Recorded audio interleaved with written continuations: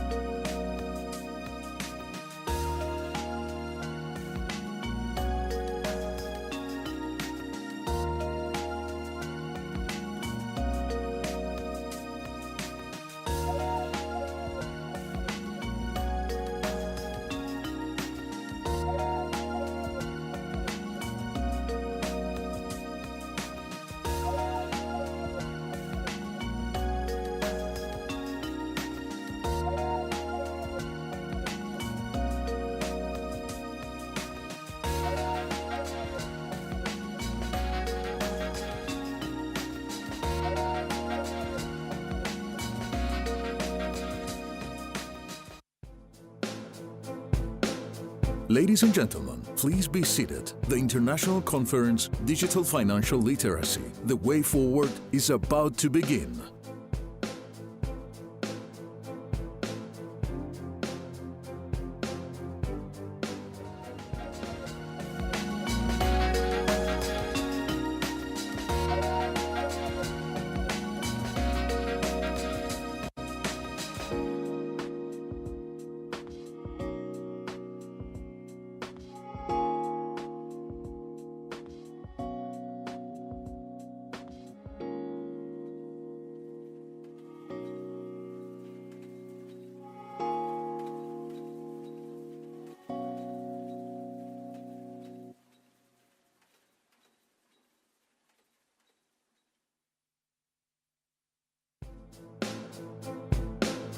Ladies and gentlemen, please be seated. The International Conference Digital Financial Literacy, The Way Forward, is about to begin.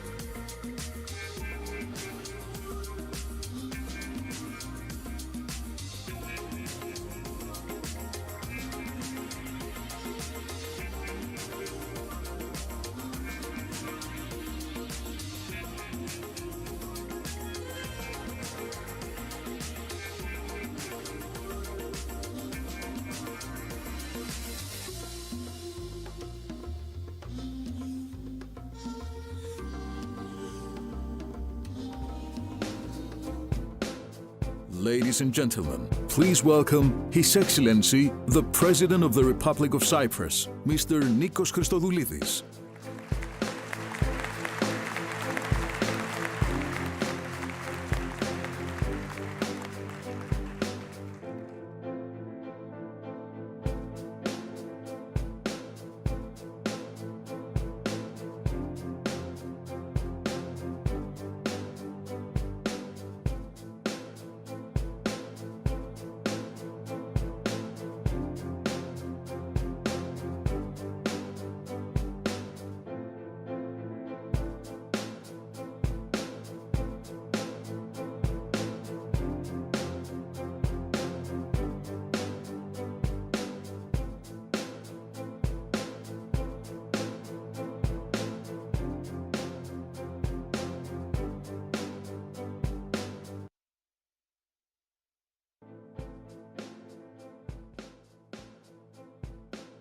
Ladies and gentlemen, please welcome today's chair, Mr. George Kyriakou, Senior Director of the Central Bank of Cyprus.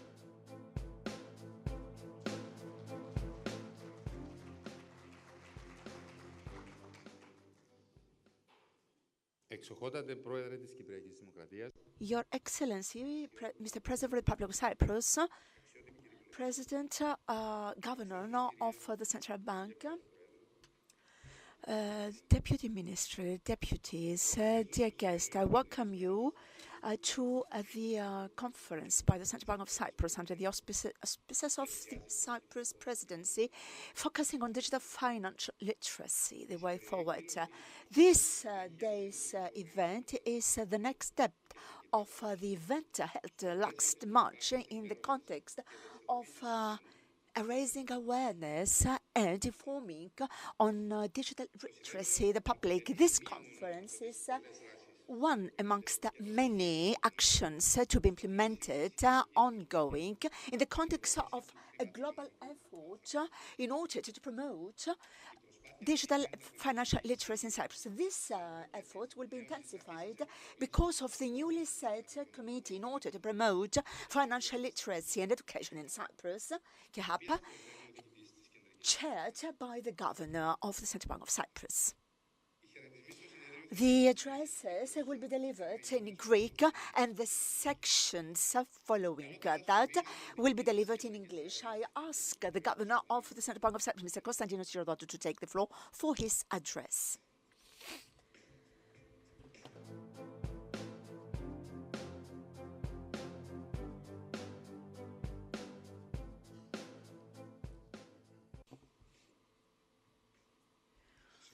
Your Excellency, Mr. President of the Republic of Cyprus, distinguished guests, ladies and gentlemen, it is with a great pleasure that I welcome you to this day international conference by the Central Bank of Cyprus, focusing on a crucially important subject on individual and collective well-being, the financial digital literacy. The aim of this conference is to display the multi-dimensional subject, recognizing both the challenges and the opportunities coming up from the increasing use of digital technologies in our days' life.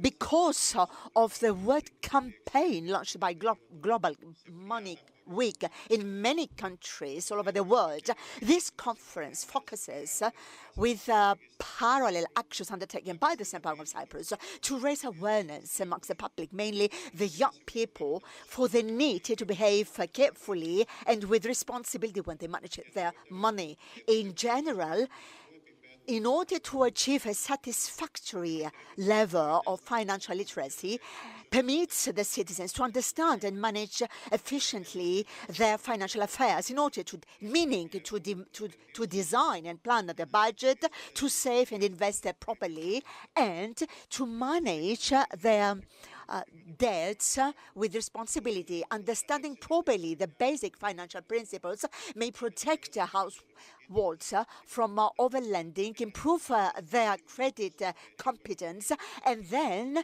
ensure a stability for the future. Globally, in the economy, this digital financial literacy contributes to stability and sustainable development.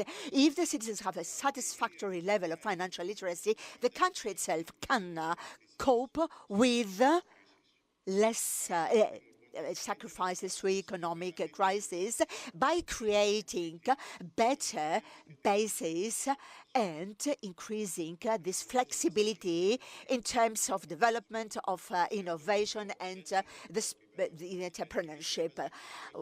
The Central Bank of Cyprus recognizes the importance of the digital financial literacy, and this is why we, on an individual and collective level, we undertake to promote it by being a member of the International Network of Financial Education.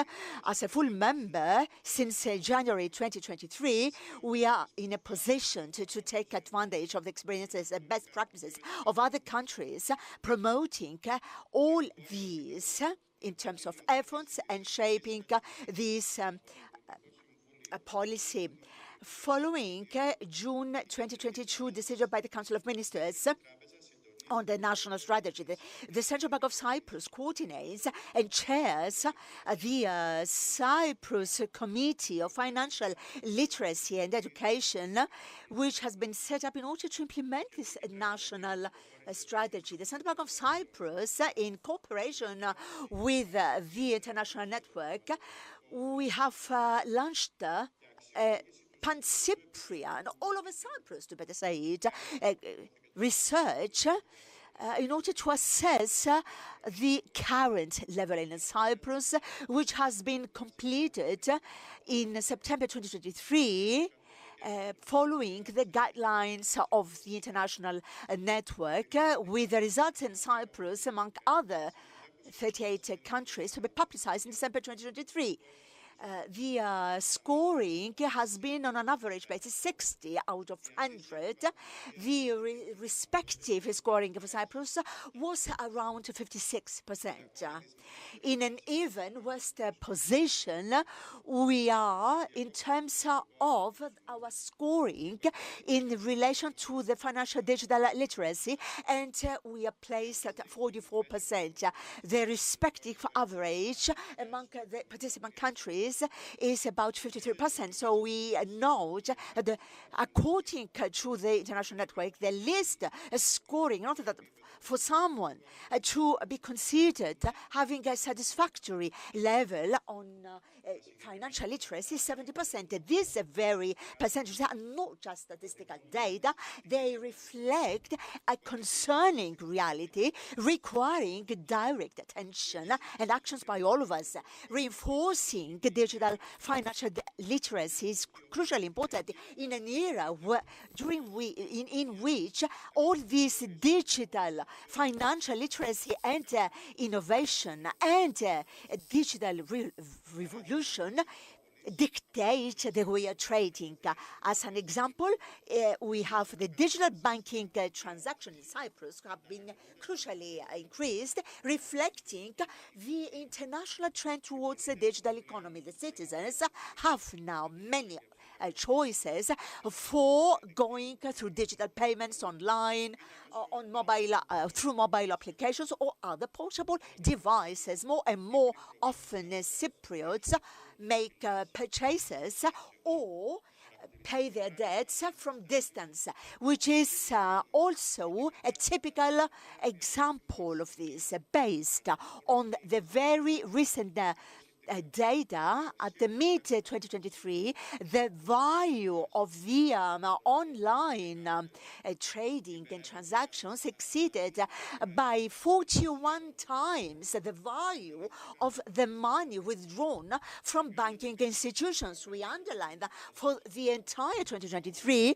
the volume of the e-transactions reached 262 million, noting 19% increase compared to 2022.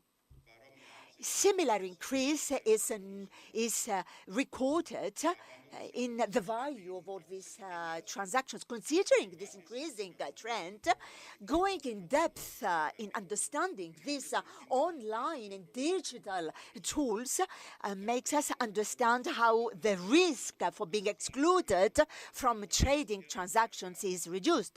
This at the same time permits the citizens to execute with security financial transactions online with full security and safety, reinforces the efficiency in managing their personal, economic and financial transactions, mean becoming more competitive, and of course creates more competences and for development and professional perspectives. But at the same time, we ask you to pay attention, because if we do it without reasoning, definitely risks are run. This may lead us to erroneously taking decisions, resulting to losing assets. At the same time, the low level of digital financial literacy transforms us in vulnerable traders because of cyber attacks and financial frauds. It is confirmed that in Cyprus, we have 90% recording frauds during the first semester in 2023 compared to the respective semester in 2022. Considering all the above, the need for an increased attention and constant information updating and education in financial digital literacy becomes even more crucial. Despite all the risk, the benefits of this transformation to a digital economy are undoubted. According to a study conducted by the European System of Central Banks, resulted to a conclusion. Between 1997 and 2018, the productivity would be half of reality without this digital progress. This is the reason why the Central Bank of Cyprus and the European Commission, together with the European Central Bank, promote and keep on going in promoting and enhancing the digital economy. In addition, the prospective creation of the European single market of capitals is expected to give to startups, to 4,800 startups, European companies, in order to increase the European economic perspectives. The successful efforts noted requires, of course, the active involvement of households through their knowledge, and of course they're becoming familiar with the familiar world. At this very moment, I would like to express a warm thanks to the President of the Republic of Cyprus for attending this important event and for his willingness to participate actively in this financial digital education and literacy, and all what is projected this time. Dear eminent guest, adopting the national strategy and promoting the financial digital are the basic amongst aims, noting the starting of a new era. It is important, all these principles, for all the citizens to be transformed to a digital era, taking advantage of the safe utilization of opportunities. Thank you very much.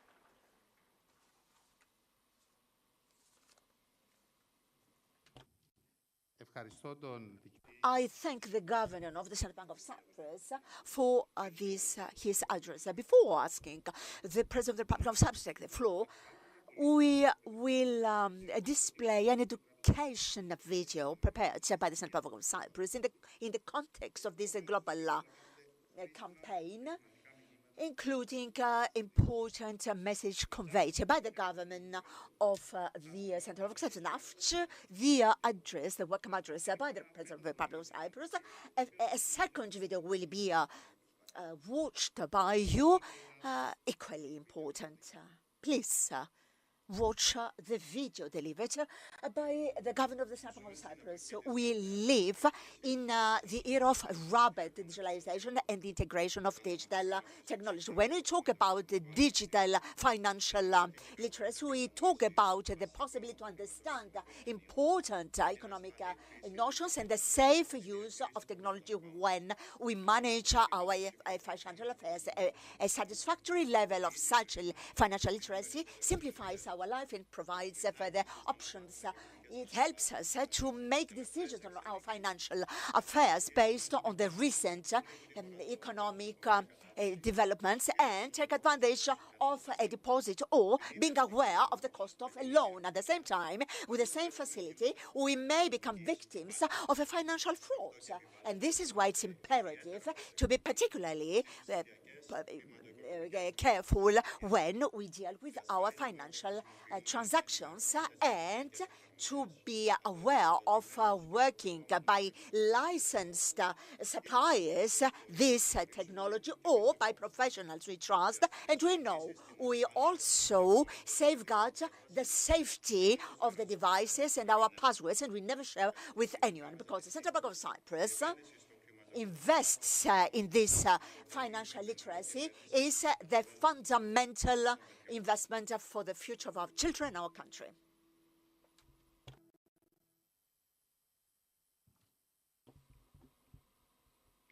I ask to take the floor, and I invite you to take the floor, Mr. Nikos Exotolidis, the excellent President of the Republic of Cyprus, for his welcome address.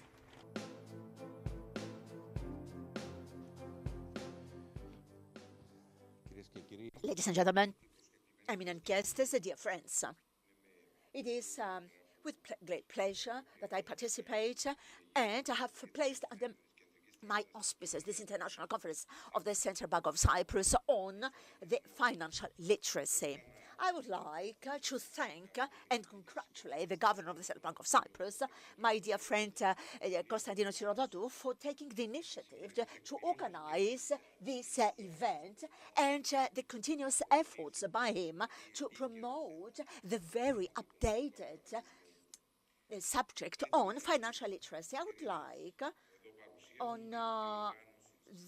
on this opportunity to attend, to my attending this conference, of the presence of so many distinguished personalities all over the world.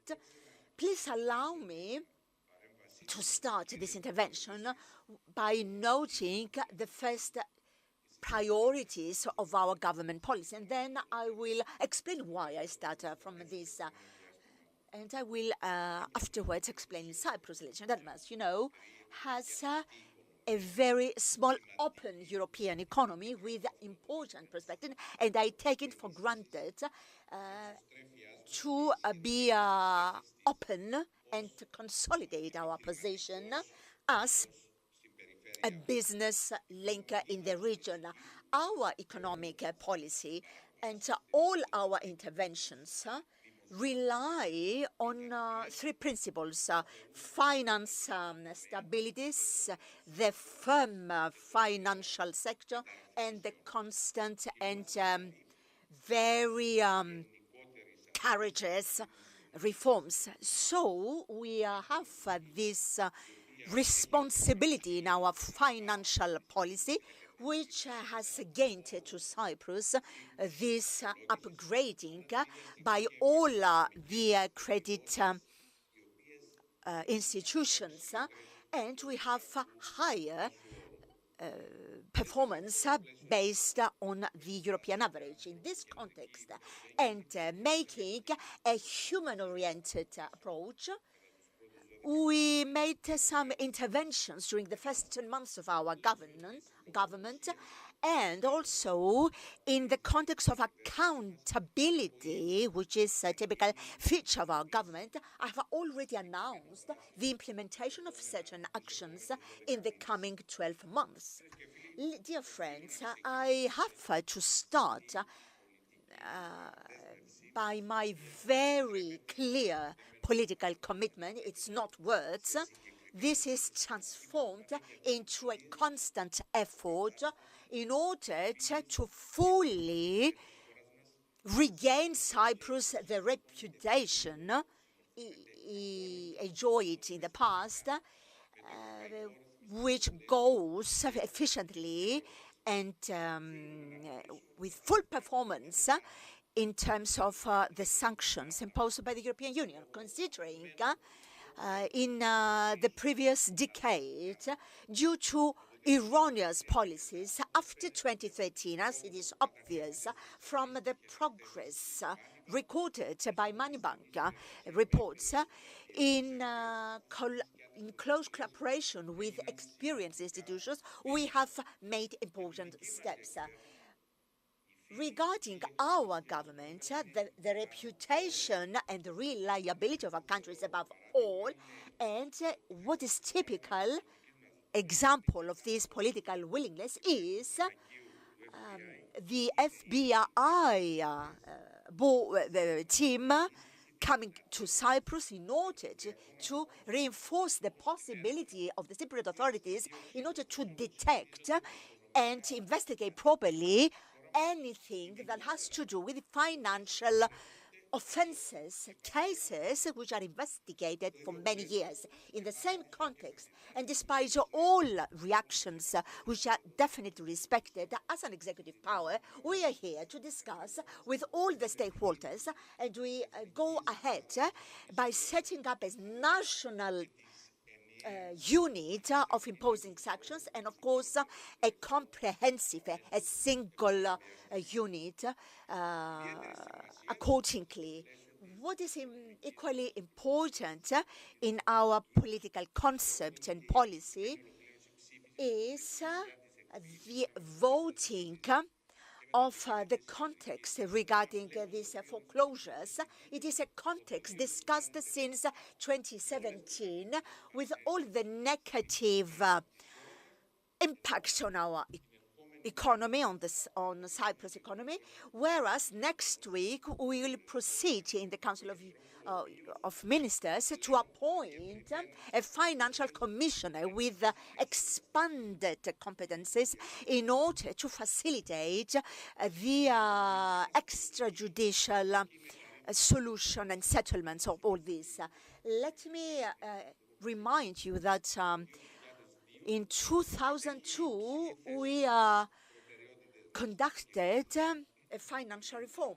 Now, yesterday, I had a very constructive meeting with the competent team, and amongst others, what I asked is to speed up these relevant actions in order to announce the tax reform in our country. The aim is to create a fair, a sustainable and viable system of taxation in our country, focusing on the middle class, which throughout time is the spine of the Cypriot economy, and of course, in extension, the Cypriot society. Towards the late 2024, and I underline this, we will present, firstly, our proposals on the green taxation, meaning for adopting a system which will be neutral financially, no increase of the overall tax burden, and something we discussed yesterday, and I hope that this will be feasible. We hope that we will achieve by the late 2024 that we will manage to present some aspects of the generalized reform on taxation to have nothing to do with the green taxation. Furthermore, intending to improve the access of new startups and the medium and small-sized enterprises to the market, we are about to approve the roadmap of a state institution, and this institution, through all these guarantee tools and stability tools will approve lending for small and medium-sized enterprises in order to achieve the energy and digital transformation as required. Attracting productive investments to create new jobs is a high priority for our government. We have already proceeded following a dialogue we had with the business community in our country. We proceeded to further targeted enhancement of the very successful policy to attract gifted persons and investments. And we intend to enhance it through actions and the voting of a law, and also to enact the blue card in order to use specialized scientists and experts, and also provide housing and education infrastructure to all these who intended to come over to our country to invest and to live. Ladies and gentlemen, why have I spoken about all this in relation to our economy and how all this is related to this event? I feel that it is very crystal clear that the policies of our government are in line with this digital literacy. And besides all this, the statistical data and figures indicate very clearly the world challenge is not only a Cyprus phenomenon. It is a challenge all over the world related to this financial literacy. According to studies conducted, an important percentage of the citizens have no idea about the very important distinction between credit and the debit card, and about interest rates, capitalization, so on and so forth. And the Federal Reserve of the USA has publicized figures according to which 3.8 billions have been lost by consumers because of investment fraud. So our country is not an exception, and according to all the relevant recordings, scores, and studies, we have very low performances in important constituents of these financial literacy in terms of behavior and in terms of mindset. This brings about very negative impact. The consequences of the financial illiteracy is negative for households, for businesses, and of course for the economy and the society as a whole. And this is why, in the context of the program of our government, we have included actions in order to speed up these initiatives taken by our government in order to settle this problem. And it was one of the subjects discussed after my being elected with the governor of the Central Bank of Cyprus. I committed myself as ready to deal with this challenge. And precisely in this context, I feel it is very important to consider the initiatives of the monitoring and managing authorities and the ministries and the universities in our country to prepare this national strategy on financial literacy and education, as mentioned by the governor of the Central Bank of Cyprus. And a committee has been set up in order to follow up the implementation of this national strategy. So the work of this committee is very important and difficult because challenges in relation to this specific subject are multi-level ones. Let me say that this complex nature of the problem is evidenced by how the young people and the women are less performant in terms of digital education and literacy. And this is why this new strategy must be multi-level, multi-aspect, multi-dimensional, and very well targeted. The focal role on all this is played by the public education, the need to build through our education early enough and cultivate our children in terms of financial education literacy. And today I'm in a very pleasant position to announce that we have made this decision to promote this financial literacy. The Ministry of Education, Culture, Youth and Sports has planned the next school year in September 2024 to apply in all classes of the secondary education a program, a course on digital education. So we try to analyze again the courses and the objectives to have a specific class on this digital education. This is a very first important step that is taken for the first time in our country. And let me announce this day that we will launch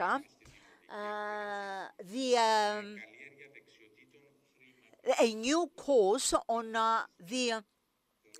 developing a competence and digital skills from the primary school. If we do wish to deal with this problem and cope with this challenge, we have to build a mindset to reshape the culture from our schools on this idea of digital literacy. In order to plan this course, we have focused on research data and best practices among the member states of the European Union. And not only this, not many member states have gone ahead. And with this action in education, if you like, this makes our country become one of the pioneer countries. We wish, and we have as an objective from the primary school to put the foundation, a solid foundation. This is why we try to enact this class and integrate it on the curricula of the children. Our pupils, our young people have to acquire all this knowledge, the skills, the competence in order to deal with financial daily affairs in their life. Ladies and gentlemen, further to this positive impact on households, this positive impact through this digital literacy, there is also a beneficial impact on our businesses, on our enterprises. This shapes new circumstances in order to develop a healthy and competitive financial ecosystem, which will provide better, more performant, more efficient, and cost-effective services of financing. It is not out of the blue that we have included in our government program the enhancement of the digital literacy, because we want to implement and expand the basis of our economic productivity based on an economic model. We want to enhance the competitiveness of our country going through the financial digital literacy.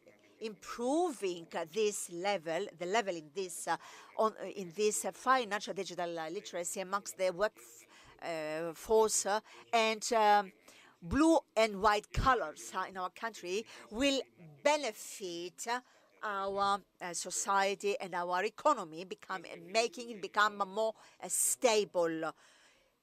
I am concluding, ladies and gentlemen, and in the spirit of this conference, I wish to talk about Benjamin Franklin, who very correctly said that investing in education is the best interest rate. I think that it is a motto which, in this very case, is valid metaphorically and literally. Thank you very much indeed.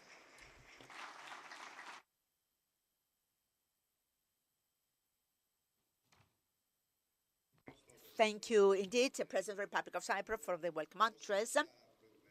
As already stated at the beginning, before tackling the first section with the keynote speaker, Dr. Magda Bianco, we will ask you to watch an education video with the President of the Republic of Cyprus. Please, the video. Thank you. Despite we pay more easy and we trade easier, understanding an internationalized society becomes more complex. The increase in inflation, the increase of practices because of geopolitical developments, because for example, the war in Ukraine, or in the past, problems occurred by the COVID-19 pandemic on the supply chains. Dealing with this problem goes through the financial and monetary policy that, in the case of Cyprus and the other member states of the Eurozone, is defined by the European Central Bank. So, by increasing the interest rates, we ask to contain the demand and the growth in terms of product selling and services providing. We are better informed, and we may take a more productive and efficient decision for us and for our families. So financial literacy is hugely important towards this direction. This is why we undertake targeted initiatives.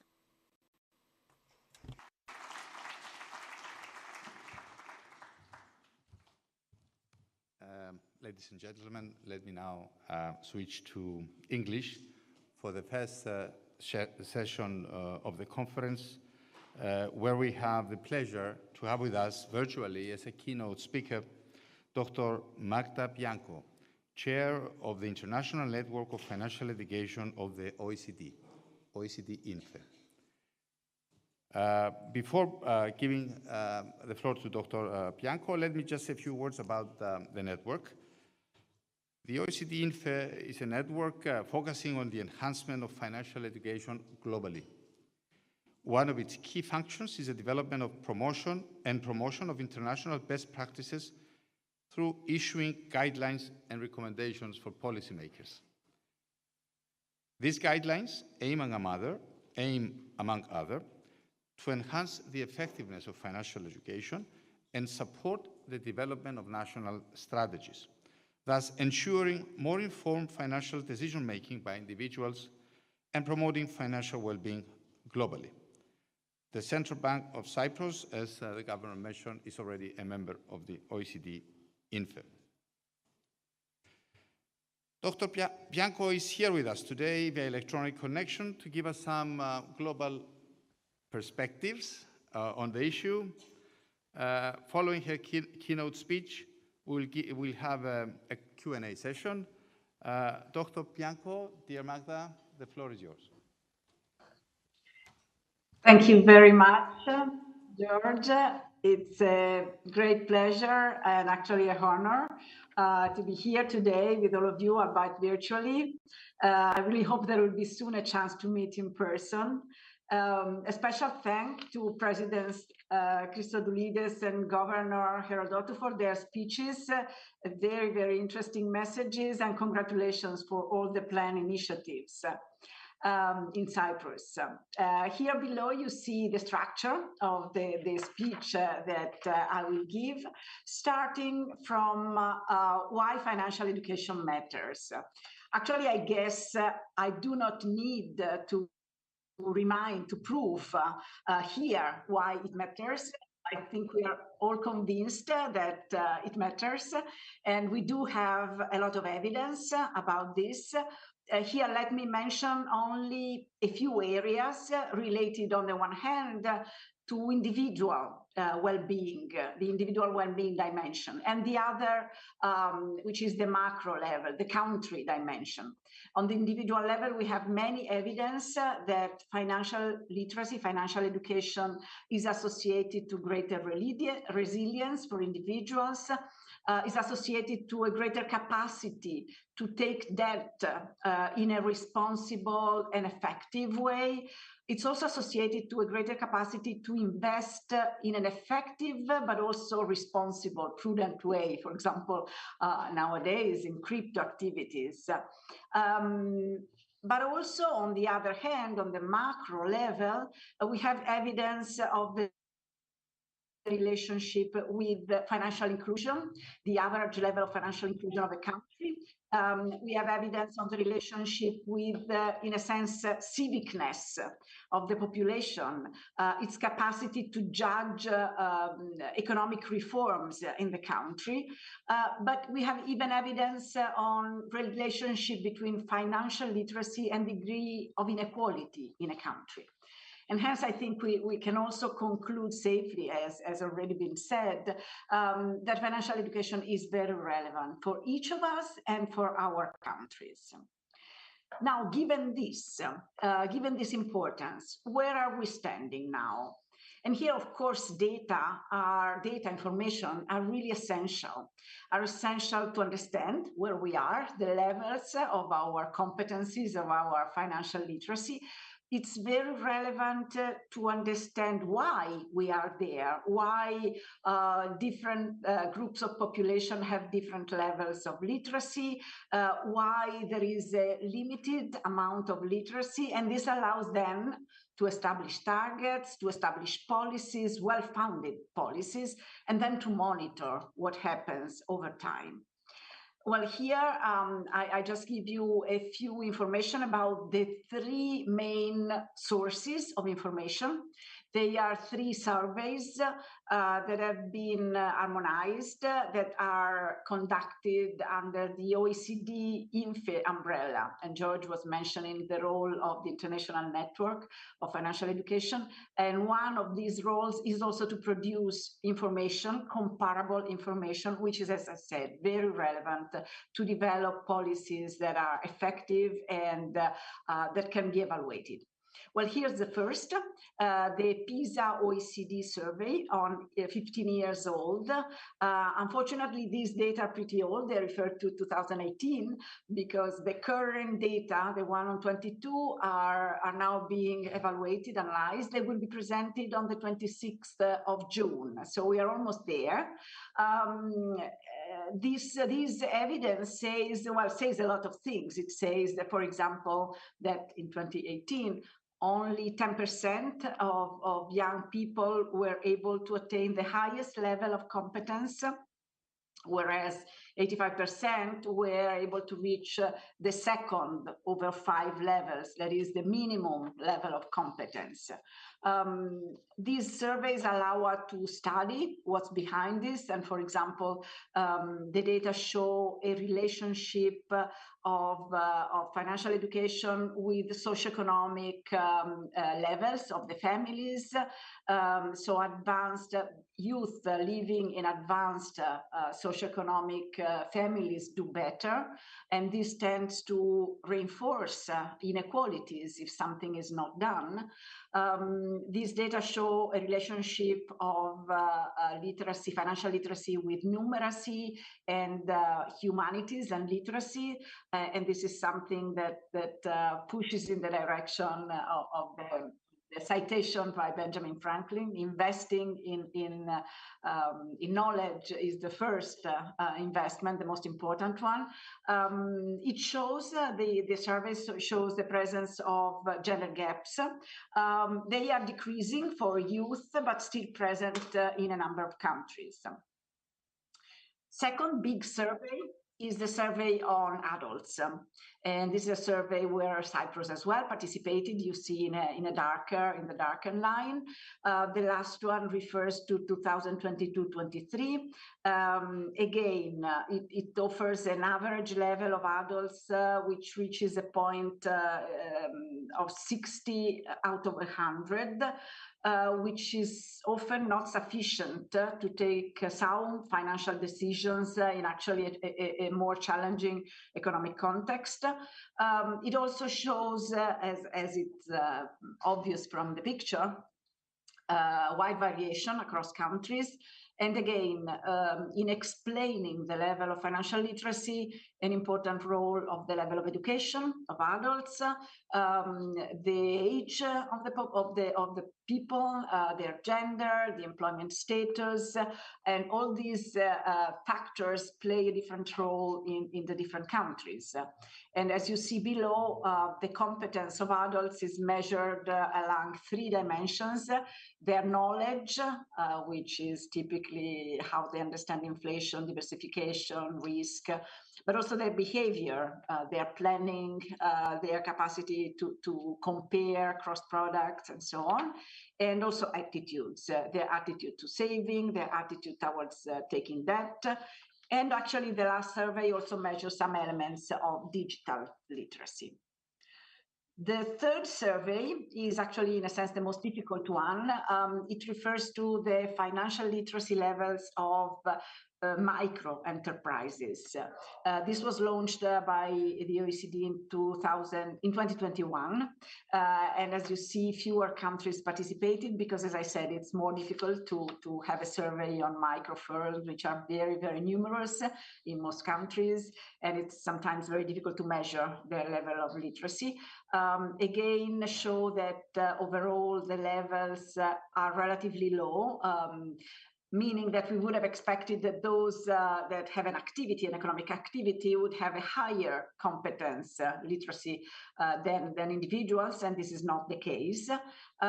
Some studies done on this data actually show that a higher level of financial literacy for micro entrepreneurs is very helpful, as would be expected. For example, it has been helpful in being more resilient to COVID. It has been shown to be helpful in taking up the digitalization as a source of opportunities also for the company activities.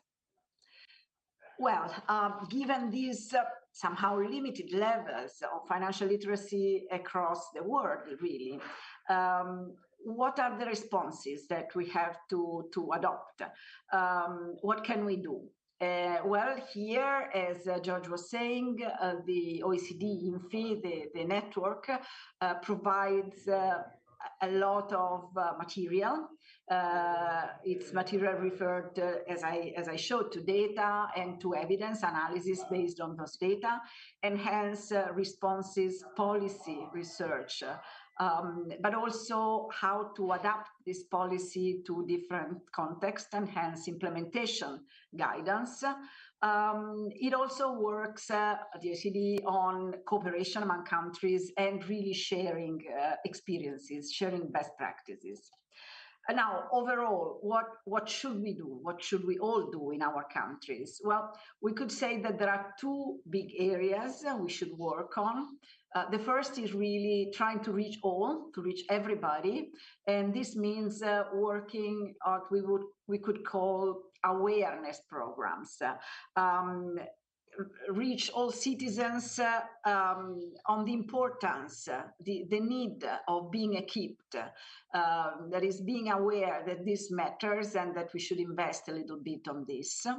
And the second is the activity on really educating people. This means reaching specific targets, divided among categories, youth, adult groups, again, divided in groups with different needs, women, elderly, migrant, and MSMEs, because for really working on education, we really need to establish analyzing the specific needs of each group, which might be very different. And once we understand their needs, we need to work on different and on the different targets, languages, in order to really reach all of them with according to their needs. Given this, to do this, we have, however, to be aware of very important challenges that we have now, in a sense.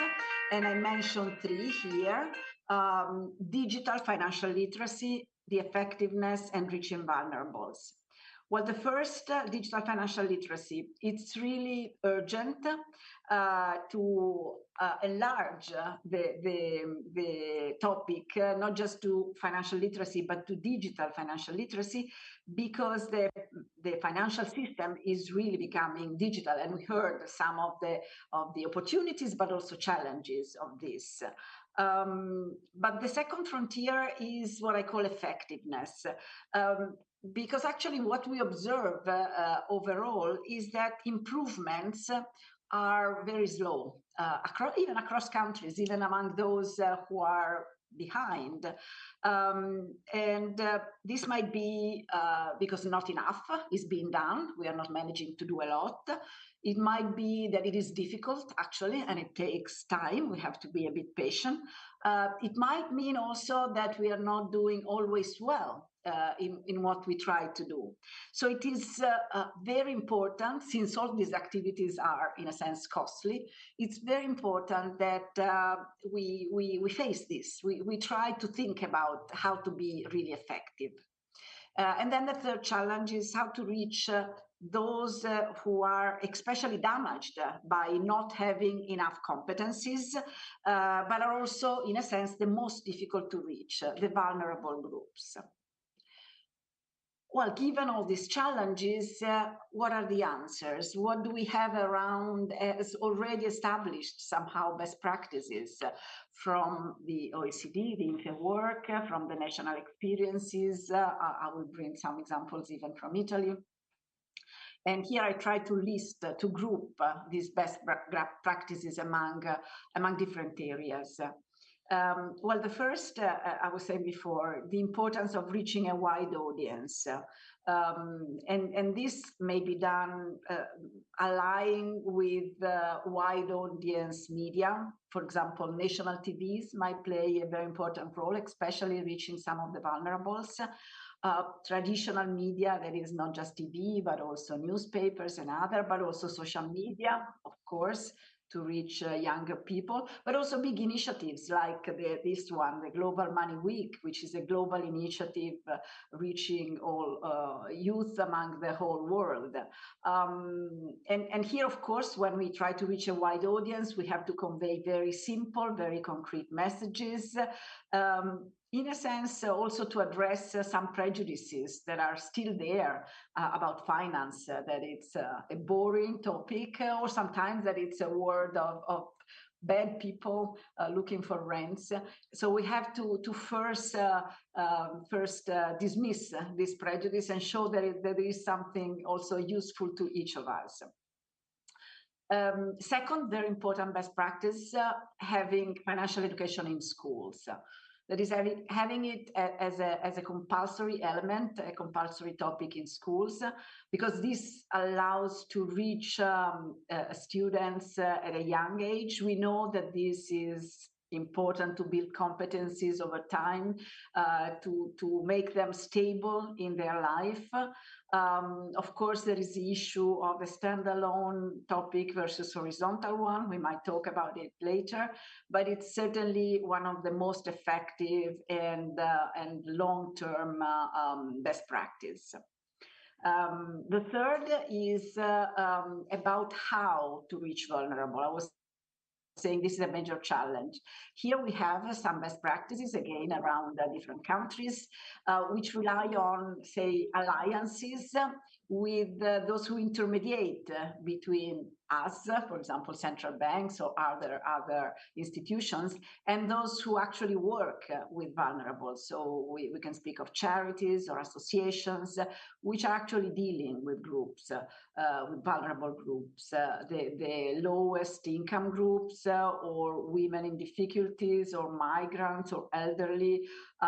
In some cases, digital tools might be helpful. In some others, they are not useful to reach some of these groups. But here we really need alliances. Fourth area is the issue of methodology. We really, in order to be effective, we really need to adapt the approaches, but also the language and even the content to the different needs, the different specificities of the different groups.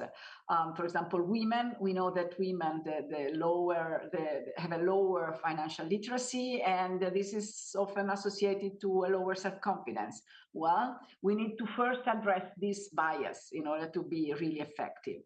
And hence, for all the groups, it's important to start recognizing this possibly different across group cognitive and behavioral biases. And fifth, best practice, and I think this is very, very important for the reason I was saying before, we have limited resources, we have to make sure that we use them in an effective way, is impact evaluation of programs and initiatives. We really need to focus on what works. This means we really need to establish some forms of evaluation of the programs, the initiatives that we plan, that we perform. They can be solid statistical evaluation, we call them randomized controlled trials, but they can also be simpler methods. And we have by now quite a lot of experience. In Italy, we have done it for the programs in schools, but also, for example, on TV campaigns. There are many experiences, for example, in the Netherlands, but there are many other, as I said, solid, which are a bit more costly, but also simpler ones. And it's important really to evaluate what we do. Now let me go towards the concluding part to the importance, the role of national financial education strategies. Given again that the resources are limited, we really need to ensure synergies and associations among all the groups that are willing and available to do financial education. So efforts to make sure that the efforts go in the same direction. National financial education strategies are really important. And the important elements of the strategies are, of course, their governance, which may vary across different countries, but typically have the most competent authorities leading the financial strategies. They are defined by how they define priorities, how they define targets. They typically need to coordinate different stakeholders, especially in countries where there are many stakeholders. It's important that they deal with conflict of interest. And what they need really to do, the most important role that I see for financial education strategies is really coordinating among the various stakeholders. Typically, they are public agencies, but also private actors. The objective, as I said, is to increase audience, which means to ensure coordination among the projects. They have to have a minimum quality. They have also to deal, and the third point is deal with potential conflict of interest. Of course, there might be private initiatives which are very relevant. In some cases, in many cases, in many countries, they are performed also by financial intermediaries, by banks and other intermediaries. And in this case, of course, it's important that we ensure a control of conflict of interest, because this ensures a greater quality, independence, and a reliance, a trust by the final users in those who propose projects and initiatives of financial education. To conclude, I conclude here also as responsible for not just financial education, but also consumer protection in my country, in the central bank of my country, but also with another hat, which is that of co-chair of the G20 group, which is a group called GPFI, Global Partnership for Financial Inclusion. The conclusion is this: digital financial education is certainly fundamental. It is essential. It is an essential competence for the world where we live now. But it cannot be left alone. We really need also, as public authorities, to ensure to work on consumer protection, to make sure that actually financial intermediaries design products and behave in the best interest of consumers.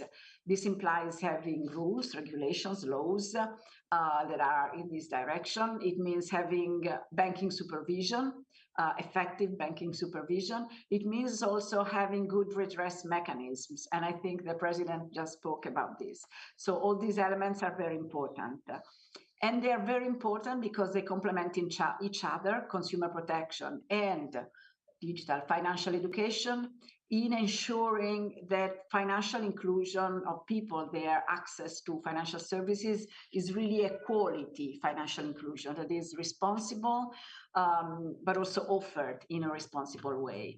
And this is a way, it's a channel to ensure a greater financial well-being of individuals, but also of entire countries.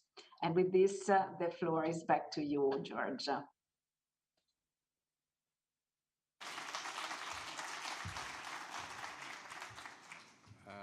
Thank you, Magda, for the insightful speech.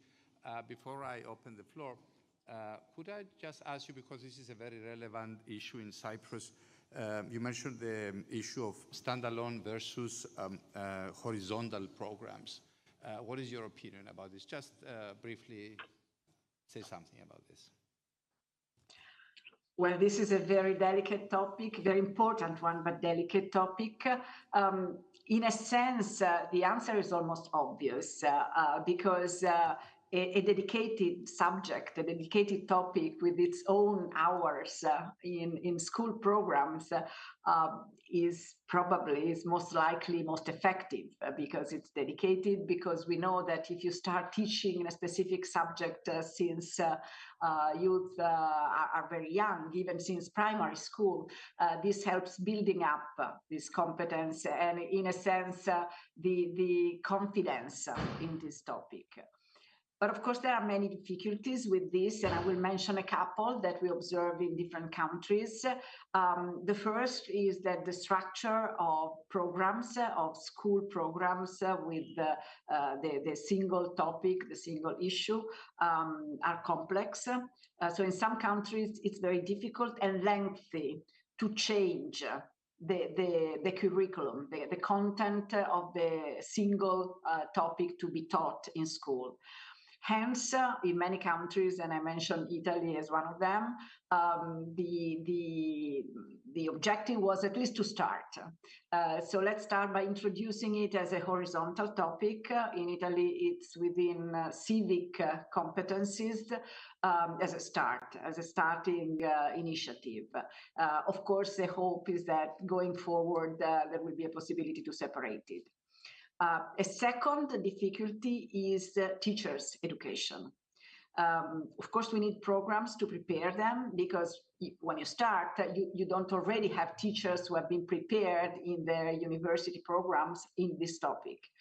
And they may be subject to the same weaknesses as the general adult population, which have low levels of financial literacy and might even experience some obstacles in going into this topic because they perceive it maybe as difficult.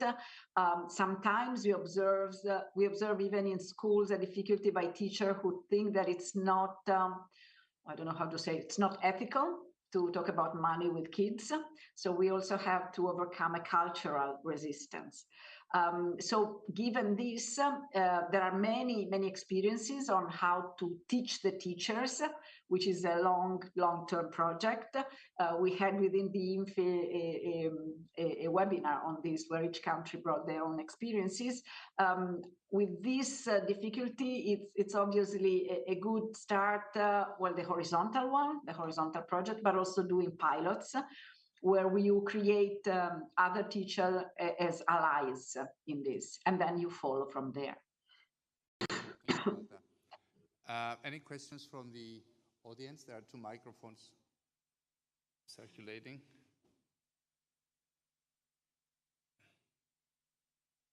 I don't see any hands, so Perhaps, Magda, from your experience, because it's very related to us, we're starting implementing the national strategy. From your experience, what are the main difficulties or main challenges of a country starting its implementing its national strategy? Can I ask you for a brief answer because we are running out of time? Thank you. Thank you. Well, this is another big topic because, and it's difficult to address with a single answer because we have so many different experiences across countries. They really depend a lot on the institutional framework, on the size even of the country, on their structure. But I would say one is the issue of governance. We have experiences where there is just one authority which leads. Sometimes it's the central bank, sometimes the Ministry of Finance, or together Ministry of Finance and Ministry of Education. In other cases, there are a number of institutions involved. Here, I would say in general, the more institutions are involved in the top governance, a bit more complex it is, but it's not always the case. But it's important then at a lower level to involve all the stakeholders. And again, yeah. And of course, also the number of stakeholders varies a lot and changes the difficulty. So the wider the number of stakeholders and the differences among them, the more complex, of course, it is to govern the financial strategy, even if it might be richer, of course, because you might have a greater variety. But this means that you have to define a good framework, good guidelines, good quality of definition of quality, and also a way to deal with conflict of interest. One issue is also financing. You might need to think about financing the national financial strategy, of course. Thank you, Magda. Thank you both for your presentation and your responses. This brings us to the end of the first session. We can now move to the second session of the conference, which is a panel discussion with a number of distinguished guests. This session will be chaired by my colleague Lena Kleanthous. Lena, the floor is yours. Thank you.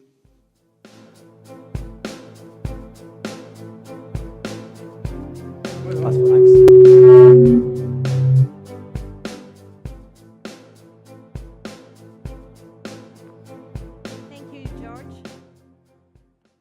So undeniably, the rise of digital technology is reshaping our daily lives and the broader economy. Having this in mind, the importance of digital financial literacy as an integral part of the overall financial literacy cannot be overstated. The second part of this conference is dedicated to exploring the challenges and opportunities associated with digital financial literacy by merging insights from both global and the local perspectives. Without further delay, I invite Professor Panos from the Aristotelou University of Thessaloniki to the stage to share his expertise on this topic.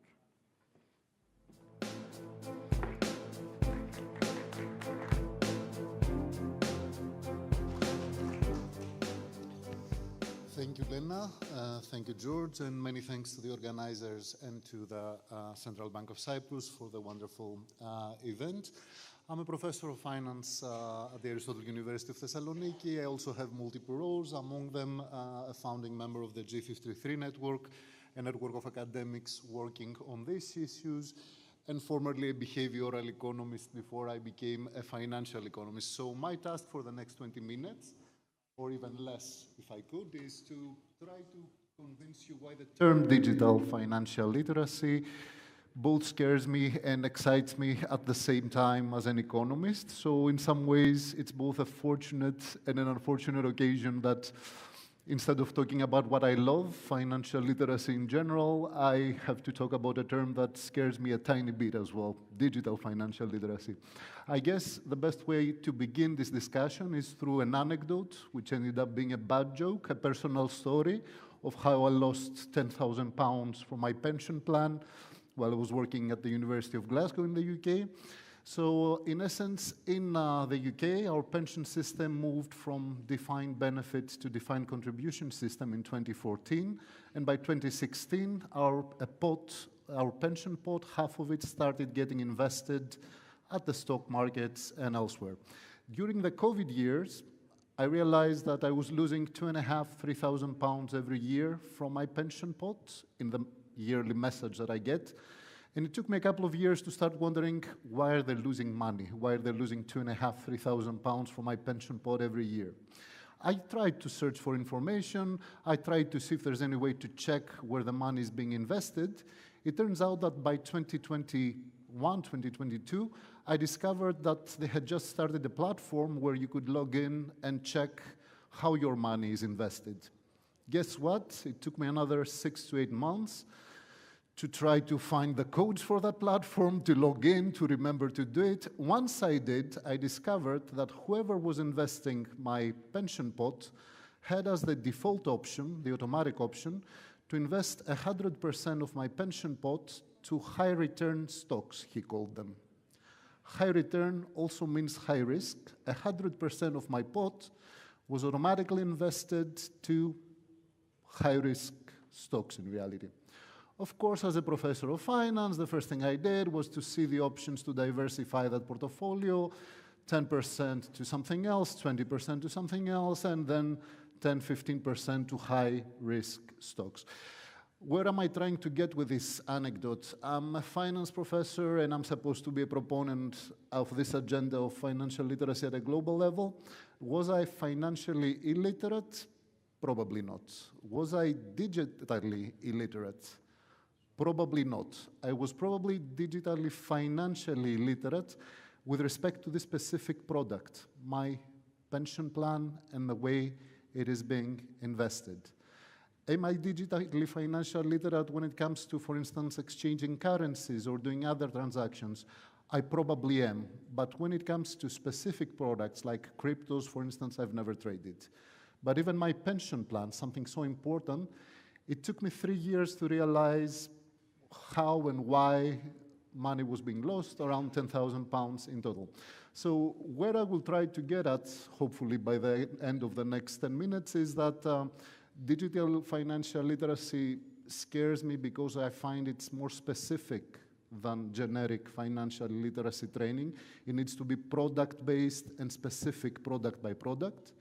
And it excites me because we have insights from behavioral economics that might inform us on what complementary policies a government and a central bank might have when it comes to designing both these products and the regulatory environment that will allow for consumers to make optimal use of these products.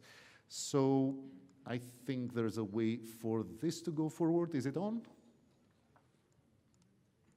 Yep, that's on. So I won't bother you with why we need to be in charge of our financial well-being. Apparently, in the last 10–15 years, we don't stop getting bored. You know, we have changes in the financial markets, changes in the pension landscape, changes in the labor markets, changes in the political sphere, referendums throughout Europe where we got invited to vote on what was primarily economic or financial matters, but it was never really advertised as such. We saw it in Greece. We saw it in the UK, we saw it throughout Europe.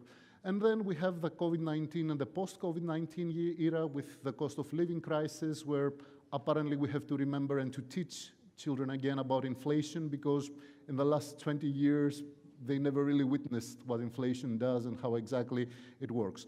Also, I should not forget to mention that my generation and the generation that's younger than me, we are used to living a little bit more of an expensive lifestyle. Some of our habits cost a little bit more than what they costed in our parents' generation, be it from our mobile phones, be it to the kind of coffee we drink every day outside, and a number of different things that we're not really used to changing yet. So although people were always in charge of their financial well-being, in the last 15 years, there are some really exciting things happening that make the need for, some skills that will help them do it better even more paramount. Just to put some context to the literacy discussion, it's not a standalone. Financial literacy is not a standalone thing. Financial literacy is part of a thinking mentality that says that the educational systems of the future, where essentially there's going to be much more artificial intelligence involved and robots might be doing a lot of the jobs that we're used to doing, will require people to compete with robots. In order to be able to do that, they will need to possess knowledge roadmaps, literacies, like GPS roadmaps that will help them navigate through misinformation, information that might be coming in all sorts of ways and forms, and it will help them know the basics. We saw it with COVID-19, how important basic health literacy is when it comes to vaccinating people. We're seeing it with environmental change, where there's still people who don't believe that climate change is happening. The same thing with finance, basically. There's a lot of people in Greece, for instance, that don't believe that essentially the crisis was our own fault, but it was always, somebody hating us because, I don't know, we had great civilization through the ancient years. So basically, financial literacy is part of a broader literacy mentality that the proponents like Joseph Aoun, who's the author of this fabulous book of 2017, suggest should be part of the educational systems of the future. We are not prepared for what's coming in terms of technological change, and our educational systems will need to adapt quickly to it. So I was really glad to hear from the President of the Republic that even since elementary school, starting from financial literacy, this agenda is slowly being considered and introduced. Now, what types of literacies are we talking about? In some personal research at a book published by the United Nations in 2020, we're talking about digital literacy, financial literacy, political literacy, to be able to read the program of the party that you're voting for before voting for them, instead of just voting them because your grandfather and your father belonged to that party. Environmental literacy, health literacy, language literacy, etc. We were among the first to collect data on these broad literacies, and we have another European project at the moment where we're planning to collect data for these domains, including Cyprus, in the coming 2-3 years, where in the primer that we did for the UK, we find that females score significantly less in all literacies apart from the foreign language one. So with the exception of foreign language literacy, females seem to be scoring less in all. Also, Generation X and Z seem to be more digital literate. They can do things with computers and mobile phones, but they're less financially, politically, and environmentally literate, which means what if we do the inference? They use their mobile phone to get information for everything, but they're more prone to misinformation regarding political affairs, financial affairs, environmental affairs, etc. That's the broad concept. As the previous speaker, Magda, pointed out really well, we should not see financial literacy as a panacea for every problem. It's not a panacea from every problem. It's the demand side of this triangle comprising of circles. It's the demand side solution, but there's also a supply side solution called financial inclusion, which relies on the financial product providers at large, and there's a regulatory part of the story, which is called financial consumer protection.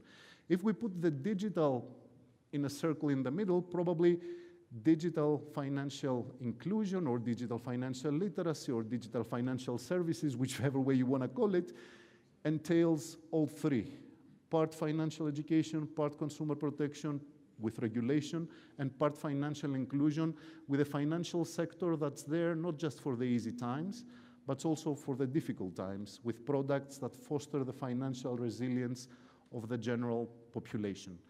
The literature has shown us that financial literacy helps with all of these: fewer loan losses, retirement planning, better stability for the system through fewer loan losses, stock market participation, savings, use of banking services, investment portfolios, portfolio diversification, entrepreneurship, attitudes to referendums and attitudes to redistribution, attitudes to cryptocurrencies, and greater wealth inequality. So with a certain safety, we can say that we are more or less sure in the phase 1 of the financial literacy research that it matters and that it mostly does good things. It doesn't do a lot of harm. In phase 2, where I think we are at the moment, we're somewhere between phase 2 and phase 3, we asked the question, okay, if it matters, how do we deliver it in practice? How do we do it? Do we do it with narratives, with videos, with games? Should we basically, who's responsible for this? Is it schools? Is it financial institutions? Is it, essentially platforms and apps? Before we were very sure about what the answer is in phase 2, we moved to phase 3, where we form national strategies around the theme of basically doing something about it. The reality is that for generic financial education, introducing it to the schooling curriculum is a good first step. But when it comes to the digital world, there are many unknowns before we can say that we can form a strategy regarding what's the best way around delivering this. So let me briefly mention the definitions just to make it clearer why the term is a little bit scary but also exciting to me. If we start from broad digital literacy, according to the Association of American Librarians, it's the ability to use information and communication technologies to find, evaluate, create, and communicate information requiring both cognitive and technical skills. Both cognitive, the ability to process, and technical, the ability to work with a computer and to search for the things that you want. Now, for digital financial literacy, it's a combination of all these good things, skills, attitudes, and behaviors for individuals to be aware of and safely use digital financial services and digital technologies with a view to contribute to their financial well-being according to the OECD. So digital financial education becomes the initiatives and programs that try to do this, to help individuals improve upon the way in which they use digital financial services specifically. So the definition goes from digital financial literacy to digital financial services with specific digital programs, excluding the broader, if you wish, programs and products of the financial sector. In general, until 2016, this slide tries to show that until 2016, the OECD and other institutions were considering the two literacies separate. They were talking about principles on strengthening digital and financial literacy as if they were two separate literacies, which was also my starting point. In later documents, after 2020, we have moved into more of a digital financial product, digital financial literacy, as if the two are one. Let me not tire you too much. The OECD, and I'm sure that speakers after me will do this better, they do the SWOT analysis, or the equivalent of SWOT. When it comes to digital financial services, they identify what the opportunities are, what the risks, and the risks are both from the market, from the regulator's side, from consumers, and from technology itself, basically. And there are a lot of risks involved for digital financial services. Sometimes even regulation in the effort to improve something, they might not be able to foresee what's coming after that. You try to correct something, you try to control it, and innovation brings another product that goes beyond what you just regulated. So there's apparently many risks for digital financial services. There's also, in essence, challenges from things that we cannot really foresee and challenges from things that we already know we have there. So for instance, try to put into the digital world the elderly, try to put my parents to log in and do their transactions. It's never really gonna happen. The same for the low income and the vulnerable people.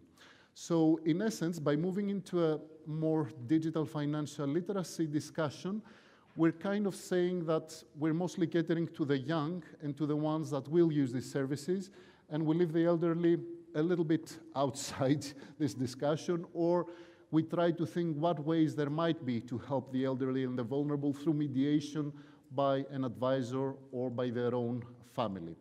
Now, when it comes to, in essence, the trends that are likely to change the digital landscape, apart from the existence of robo-advisors and budgeting apps, we also have this ability emphasized by the OECD, the availability of digital nudges, they call them.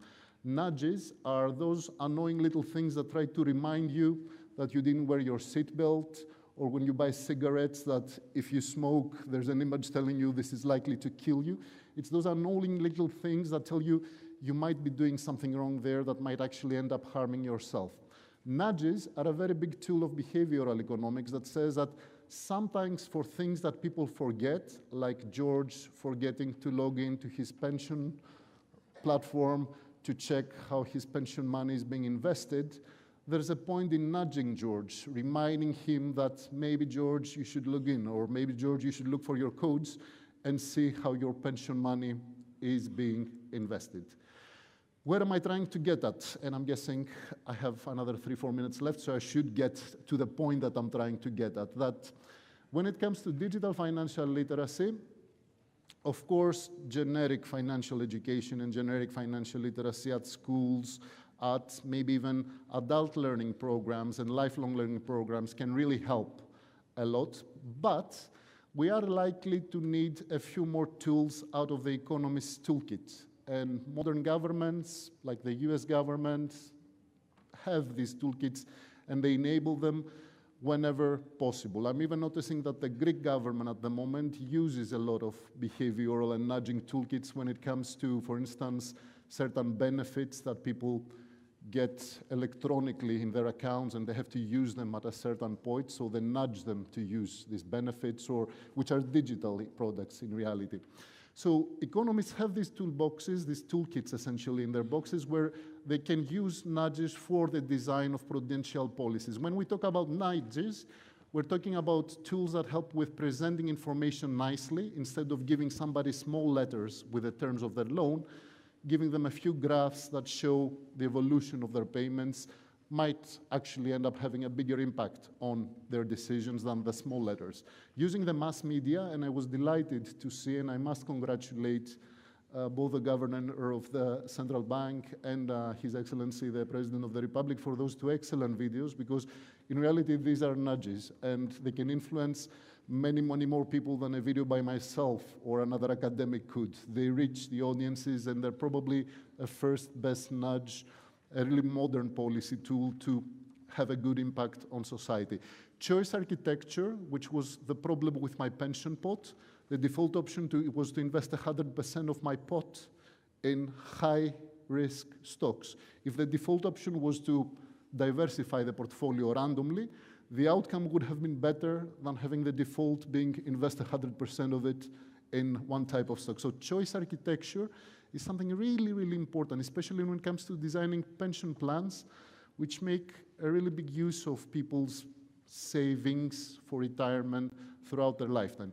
And commitment devices. Commitment devices are devices that basically, it's the ones that gyms use when they ask you to pay for a whole year for your contract to go to the gym, while most of you, they know that most of you will quit the gym after 2-3 months. So it's a commitment device saying, pay me for the whole year, and then I know that half of you will end up, not coming to the gym after some time passes.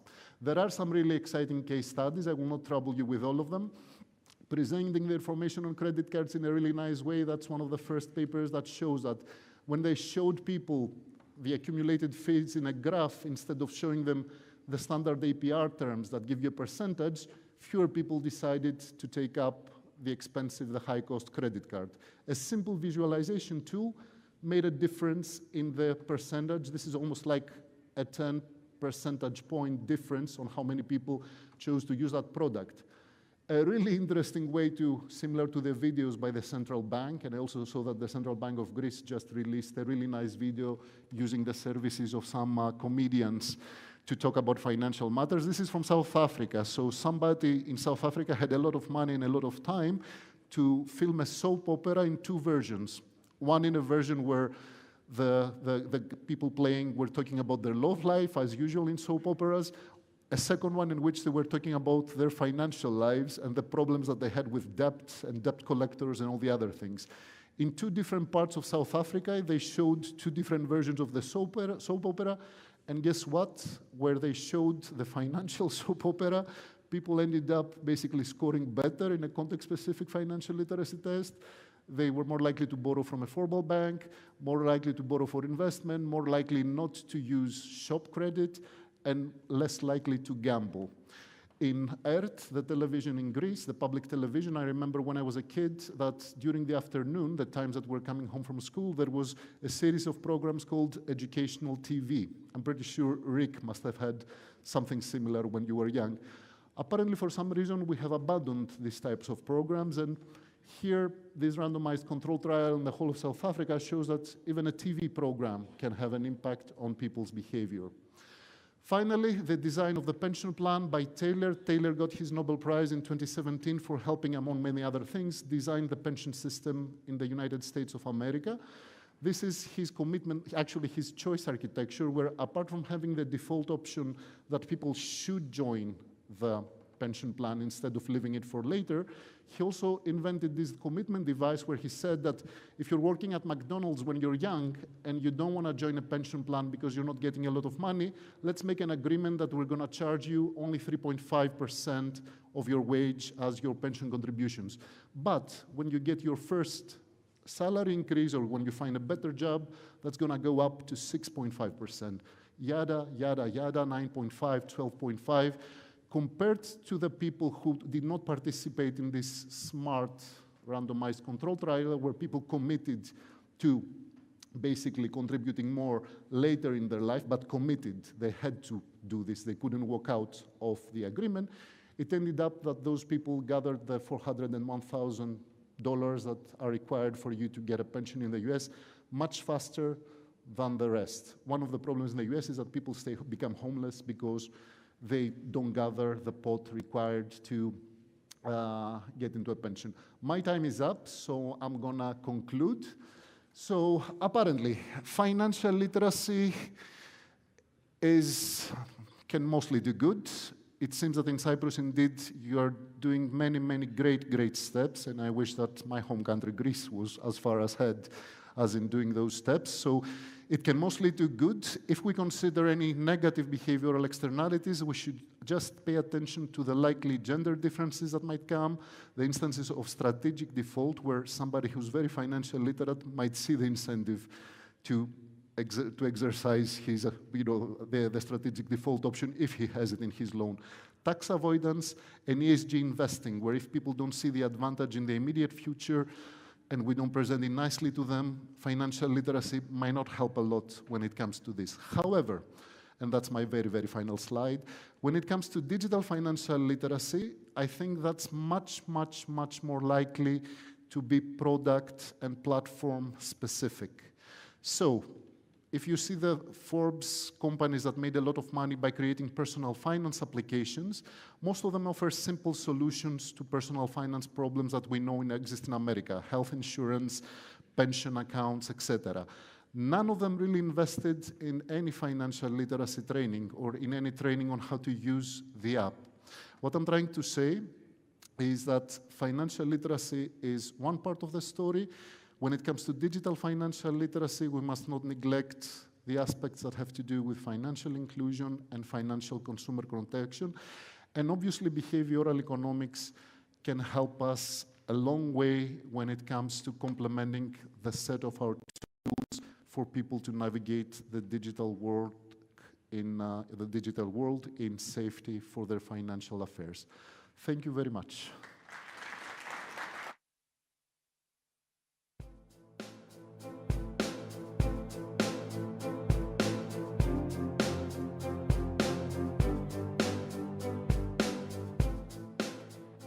Thank you, Professor Panos. We can now proceed with our panel discussion and ask our members in the panel to join me on the stage. We have with us Andreas Milidonis, professor from the University of Cyprus. We have Panagiotis Andreou from the Cyprus University of Technology, George Panos from the Aristoteles University of Thessaloniki. And given the advancement in technology, we also have with us in virtual form Elena Miteva from the OECD and Edward Gomet from the European Commission.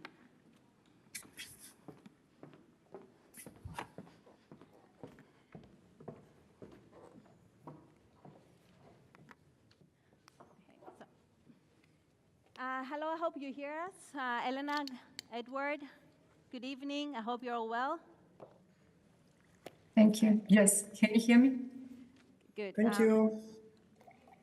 So we can start our discussion. I think we can start with Edward from the European Commission. As you all know, the Commission has continuously worked to promote financial literacy in European citizens, be it adults, young people, and children. Edward, please tell us a little bit more on the role of the Commission in this area. Can you hear me well? Yes, we can hear you.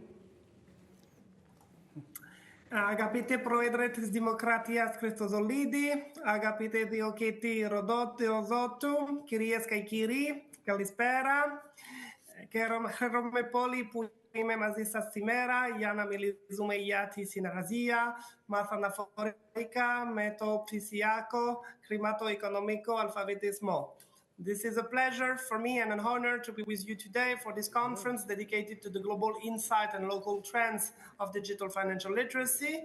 I am proud that DG Reform supports the Cypriot authorities in this area in partnership with the OECD, benefiting from their extensive experience in this area.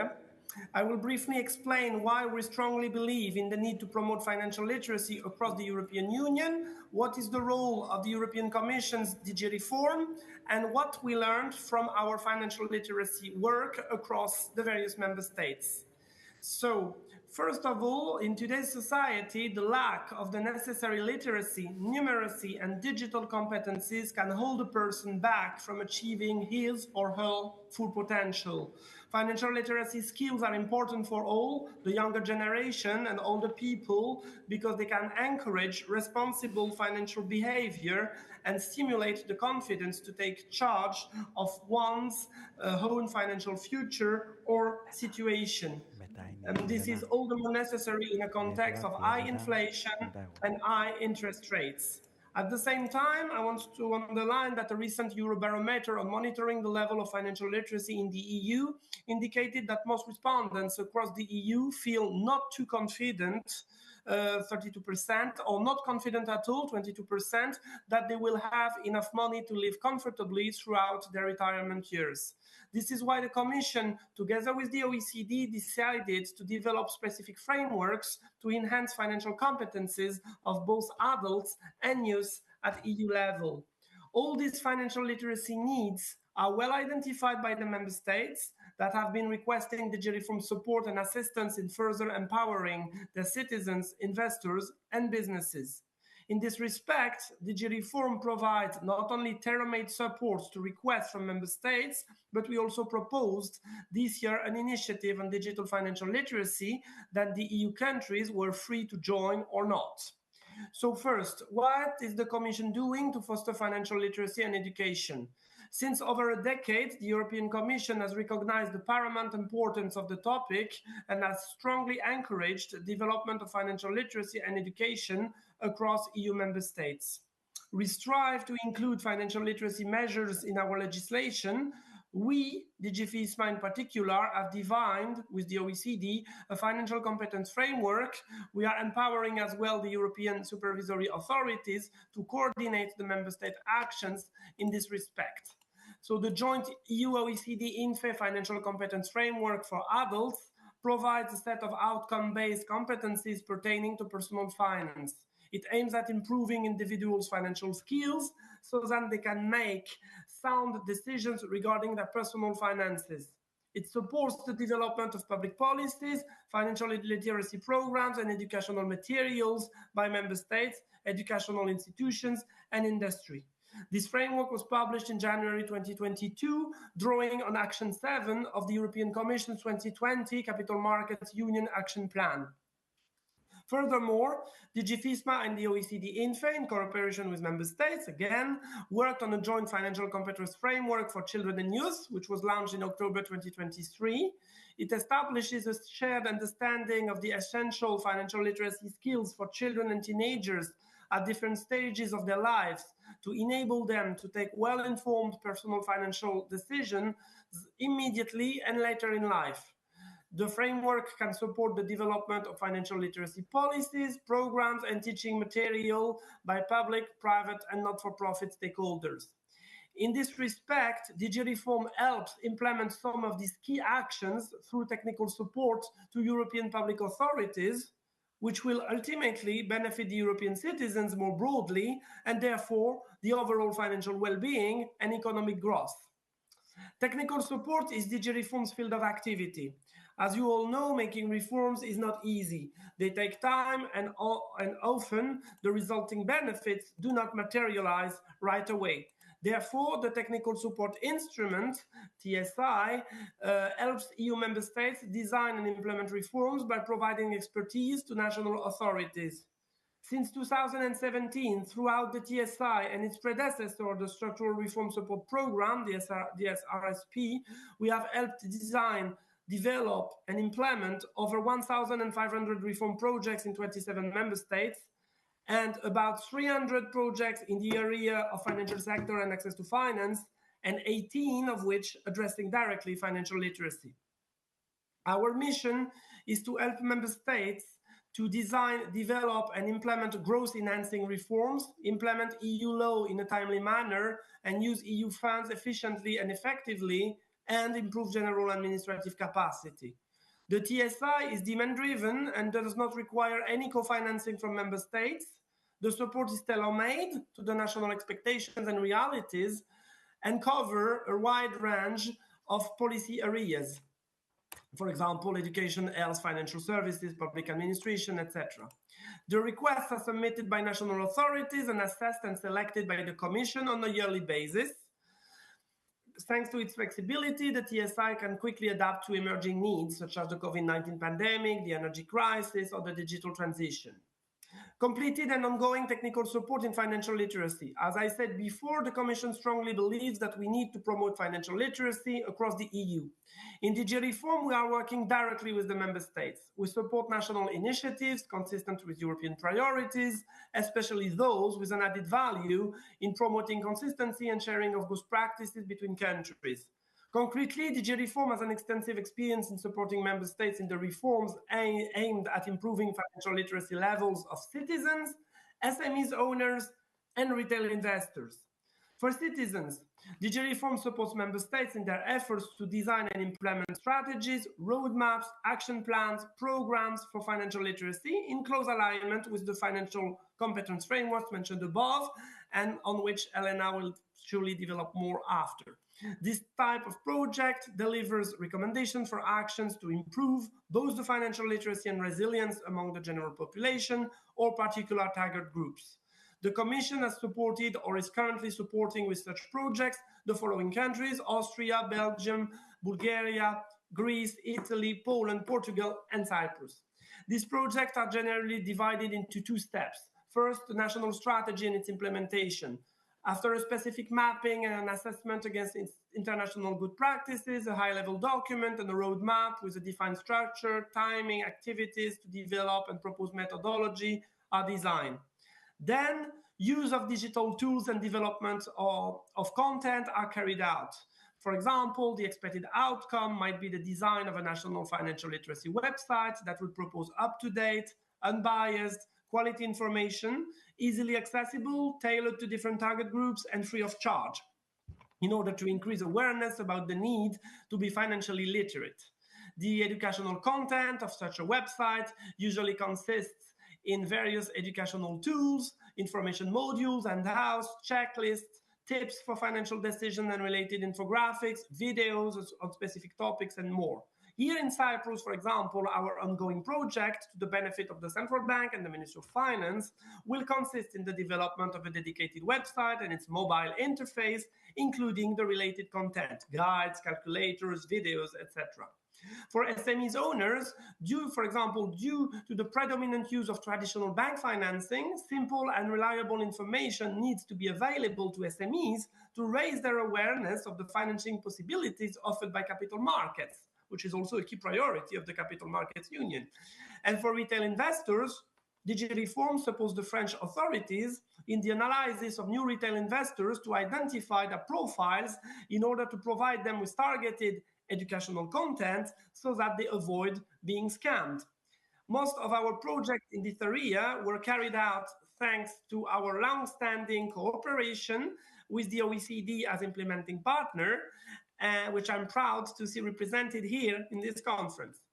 So about our current project, with the project that we currently have in Cyprus, we observed the tangible results from the beneficial interaction of an institutional triangle.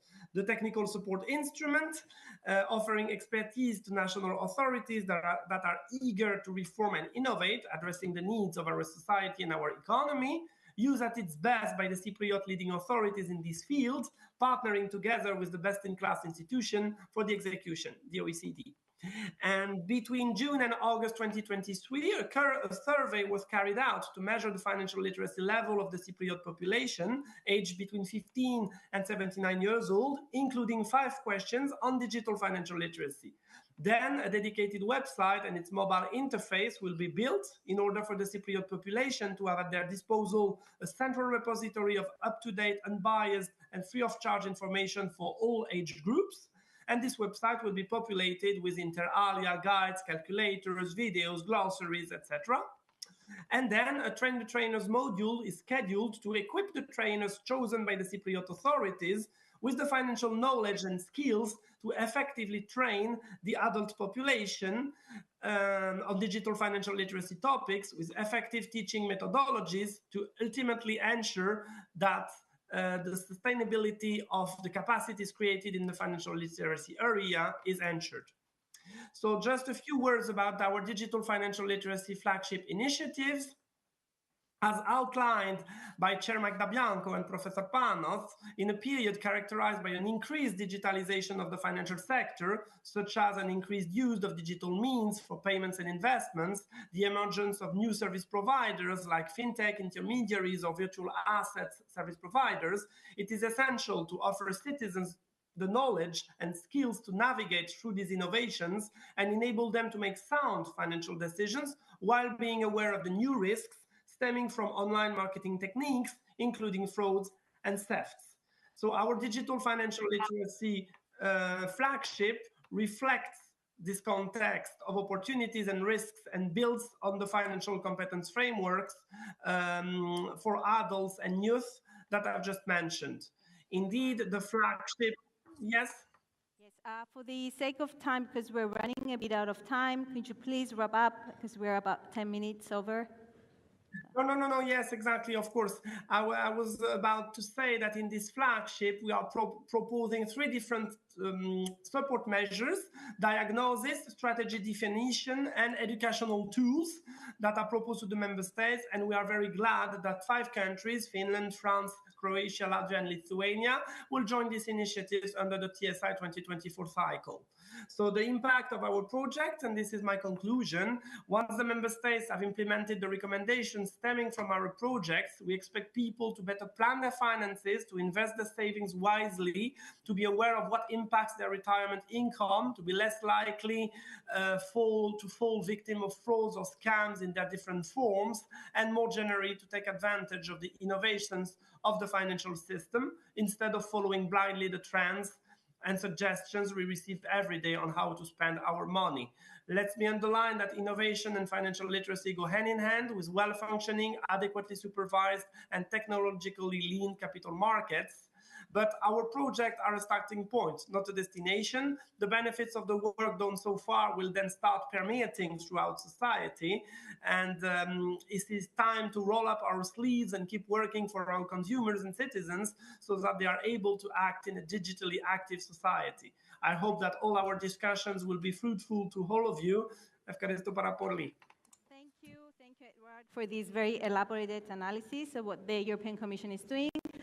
I will now, Elena, would you like to step in and tell us a little bit more from the OECD side and about other countries' experiences on digital financial literacy? Absolutely. Thank you very much for the floor. I'm really very excited to be part of this conference, and I would like to start by commending Cyprus for all their efforts in this field. And I'm also privileged to be part of your efforts to a certain extent, helping a little bit by sharing OECD experiences. So now today I'll speak of our experiences.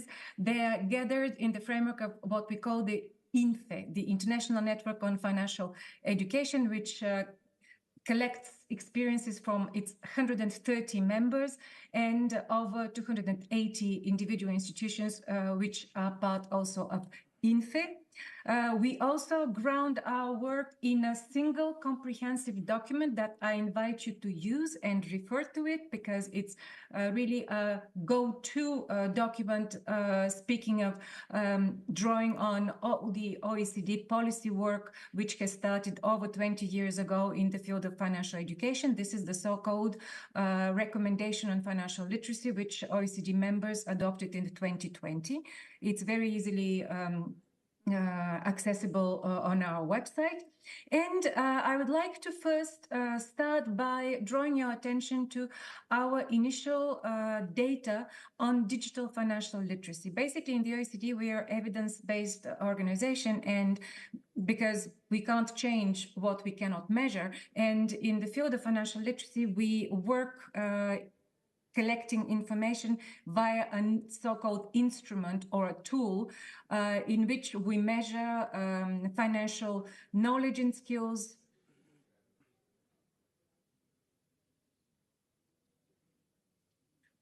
which are the people's understanding. We measure attitudes, which means the confidence of people, their willingness and motivation in the field of financial literacy, and also the concrete actions, their behaviors. And this is with the objective, it's not a, it's a means to an end, it's with the objective for the people to increase to their financial well-being. So in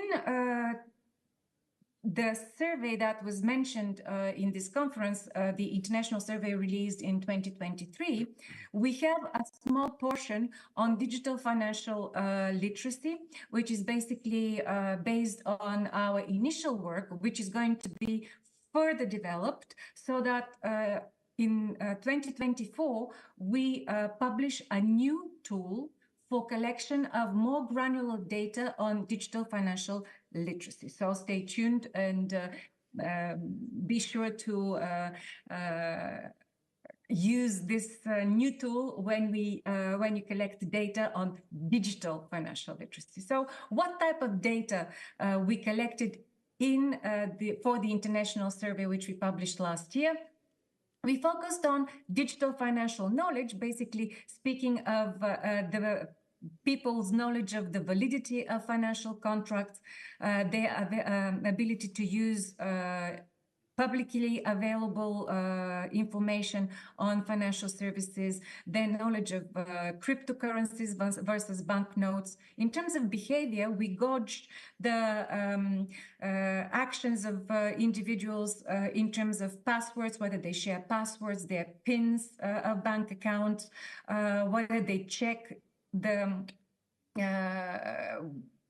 fact if the providers of digital financial services are regulated, whether they share personal information, and also their attitudes in terms of safety and paying attention to website security, etc. So we had 39 countries that we surveyed, and we figured that out of 100 score points that they could get in terms of digital financial literacy, the average suggests that they have only 53 score points on digital financial literacy. First, I need to say that these 100 points are not indicative of the fact that individuals are really very sophisticated in terms of digital financial literacy.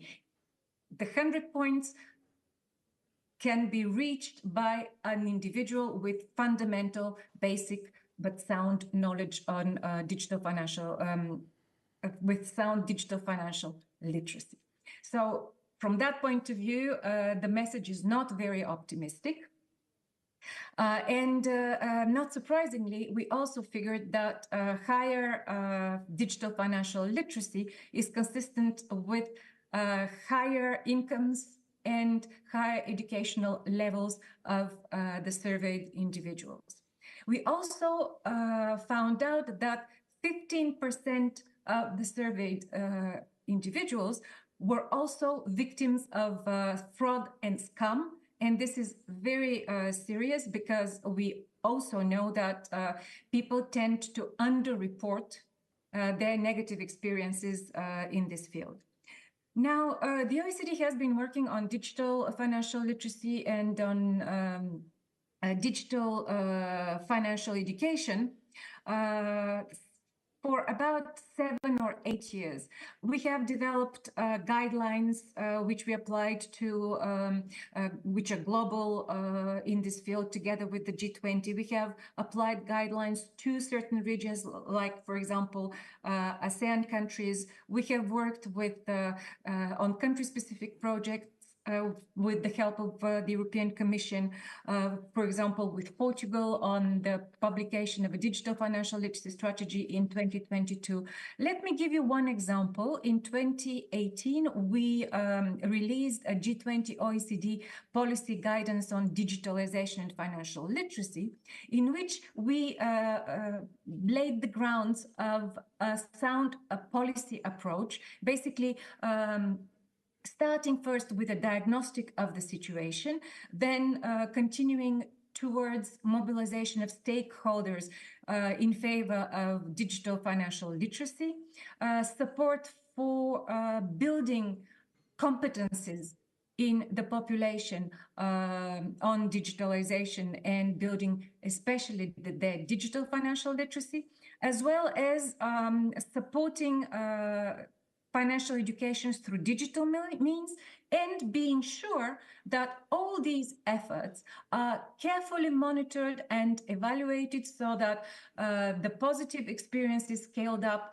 and that the initiatives, we are sure that they're effective and we can continue replicating them and implementing them.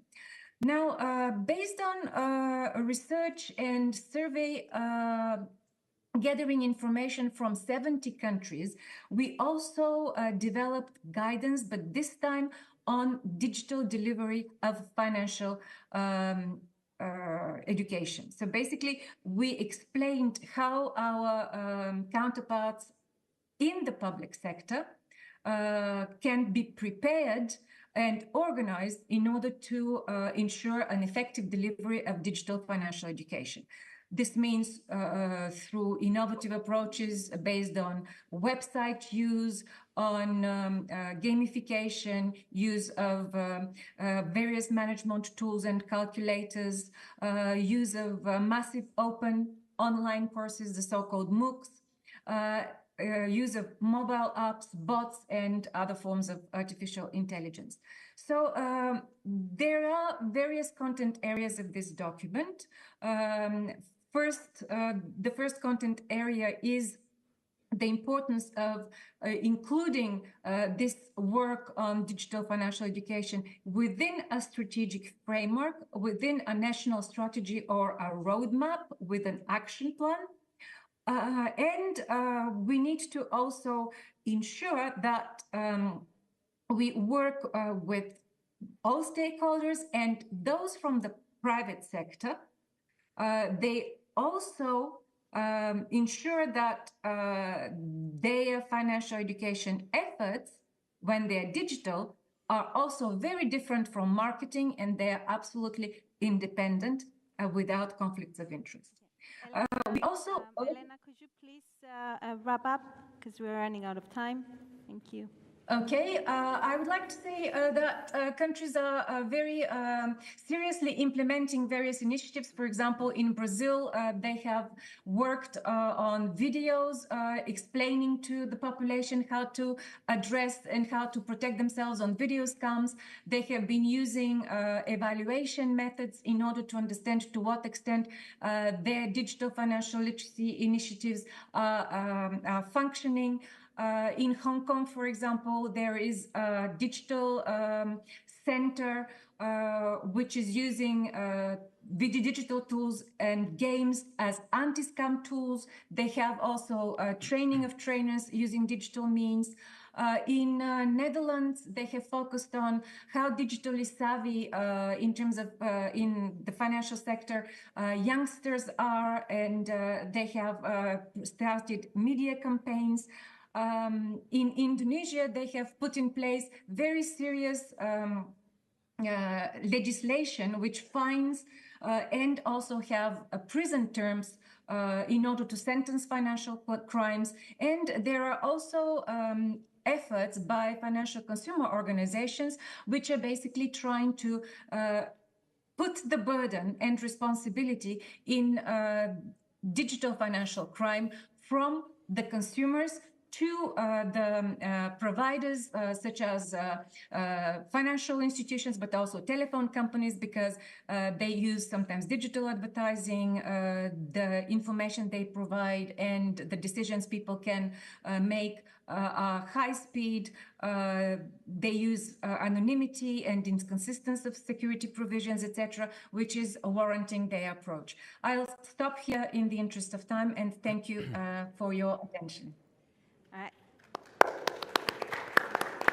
So thank you, Elena. Your insights are instrumental, of course, as we chart our course in Cyprus towards enhancing digital financial literacy. Now, having heard the international experience, we will now pass the floor to Panagiotis, who will discuss his surveying findings regarding implications of financial literacy on the usage of digital financial services in Cyprus. So, thank you so much, Lena. I think we're running late in terms of time, so I'm trying to keep this short and sweet, if possible. First of all, I would like to congratulate the Central Bank of Cyprus for putting all this effort in organizing this second annual international conference. At the same time, I would like to congratulate even more the governor because he put under his leadership the whole agenda on the financial literacy. And I believe that today it is even more important to note that there were two videos, showed before, one from the President of the Republic and another one from the governor, to demonstrate the importance of this agenda. So the question that comes is, do we need to act and do more things in terms of digital financial literacy? The answer is yes. Maybe, as George before pointed out, there are many unknowns, but the only way is forward, Governor. And this is where everybody, in this room, as well as the international experts, need to concentrate in order to do more things. There is a very worrisome number that comes from the studies that we have conducted at the Cyprus University of Technology. Only 4 out of 10 individuals in Cyprus, they are financially literate. Okay, so this number is quite low. There is evidence, and it was demonstrated before in different graphs, showing that Cyprus is quite low in terms of the financial literacy. And the national strategy that has been formed has pointed out a very clear message. We need to push this number at higher levels. And this was communicated before during the speech of the governor. So we have a very clear objective that everybody needs to work in terms of achieving better digital financial literacy levels in the future. So this is what is going to be our sustainability plan for the next generation. This is very important, and there is another one agenda that is running at the same time of high importance about the climate change, okay? And here there are also issues relating to the green digital literacy, right? And the competencies that individuals need to possess. So at the Cyprus University of Technology, we have conducted a series of studies. We have demonstrated with evidence and published evidence in scientific journals the low levels of financial literacy in Cyprus. And at the same time, one of these studies demonstrated quite early in 2019 that Cyprus also ranked quite low in terms of digital financial literacy.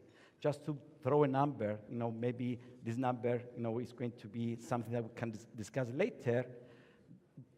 Financial literate individuals in Cyprus are about 70% more likely to use the internet banking services, okay, compared to their financially illiterate peers.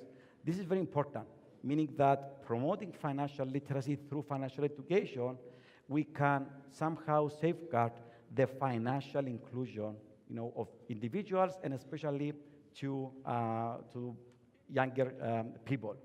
Here, it is very important to also note the following. There is this increase of fintech, and there is all these great things that are happening in the digital world.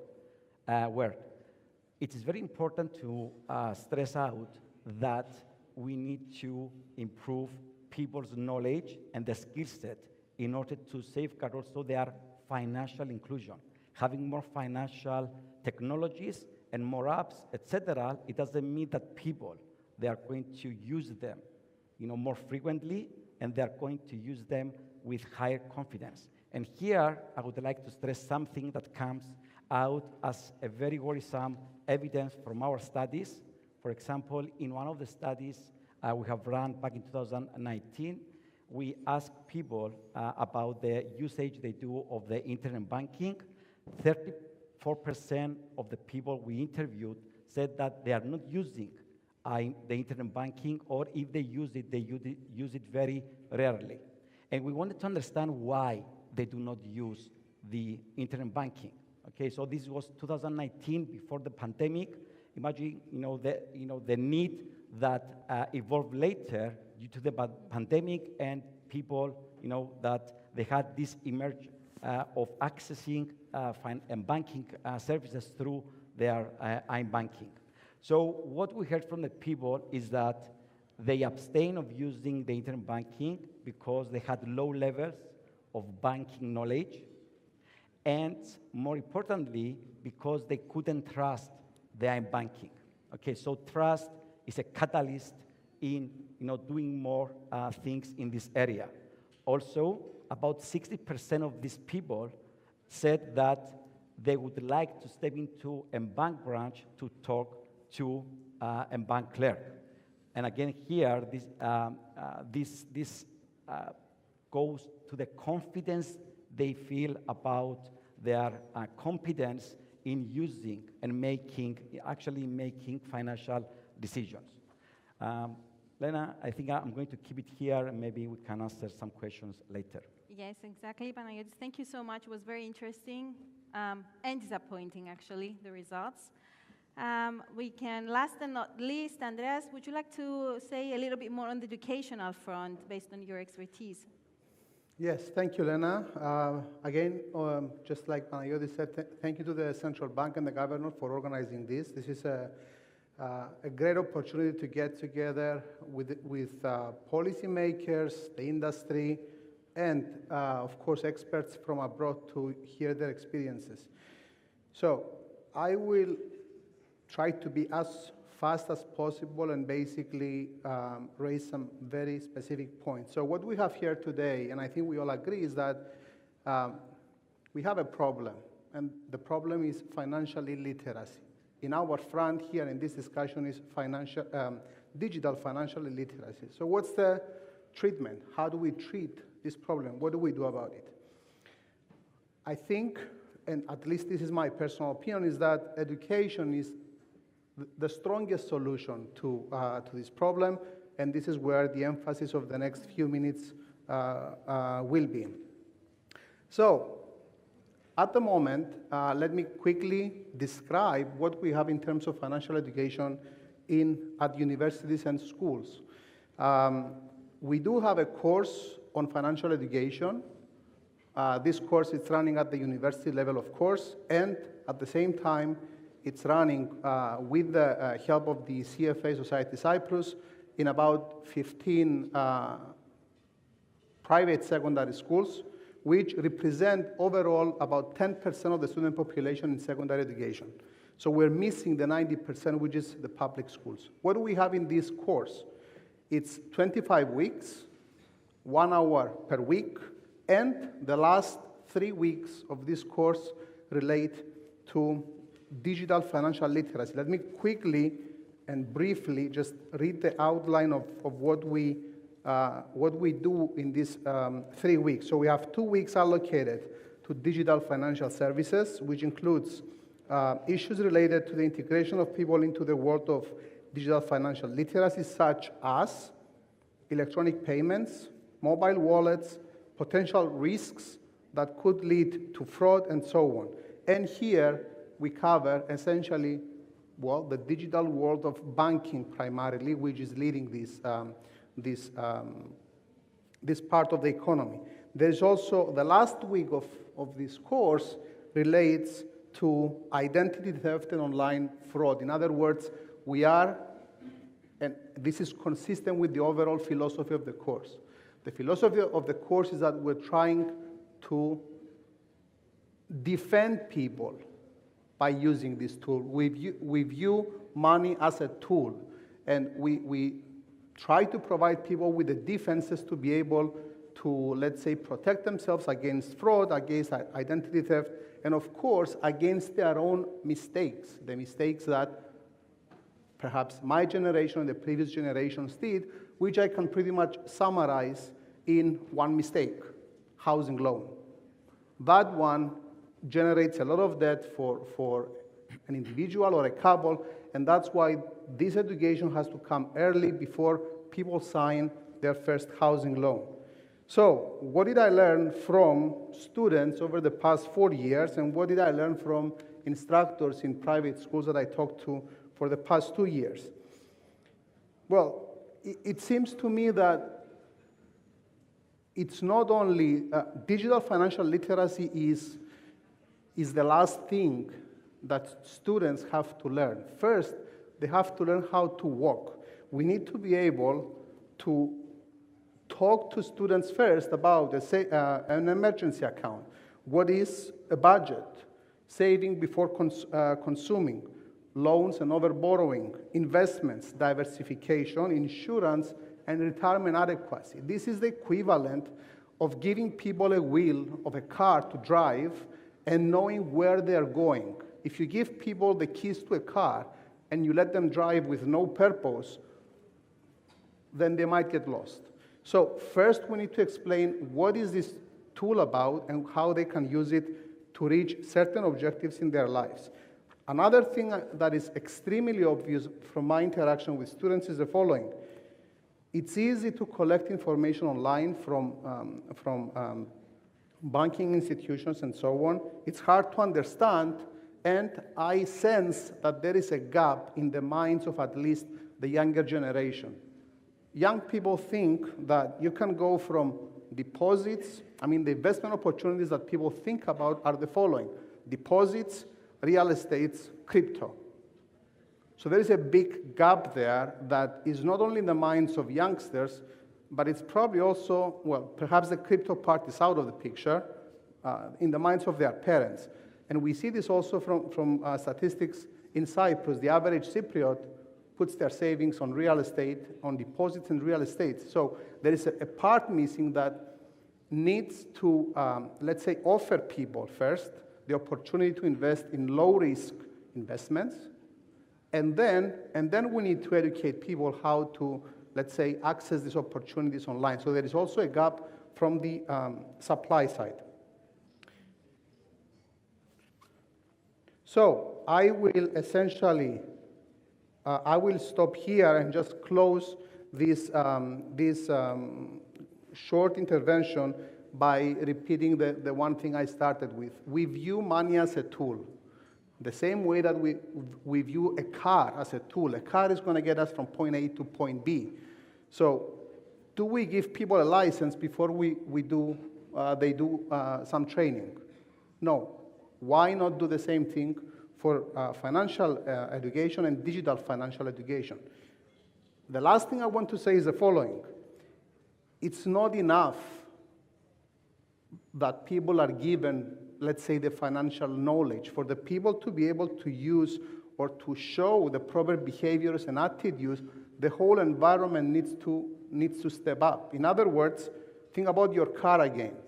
Even if you know how to drive and you know where you want to go, if roads are not safe or laws are not in place or laws are not enforced, then the environment of driving or managing your money is not complete. So that environment also needs to step up. This is it. Thank you very much. Thank you, Andreas. Thank you. I think we're now ready to open the Q&A session. Do you have any questions? If yes, please raise your hands and the microphone will be brought to you.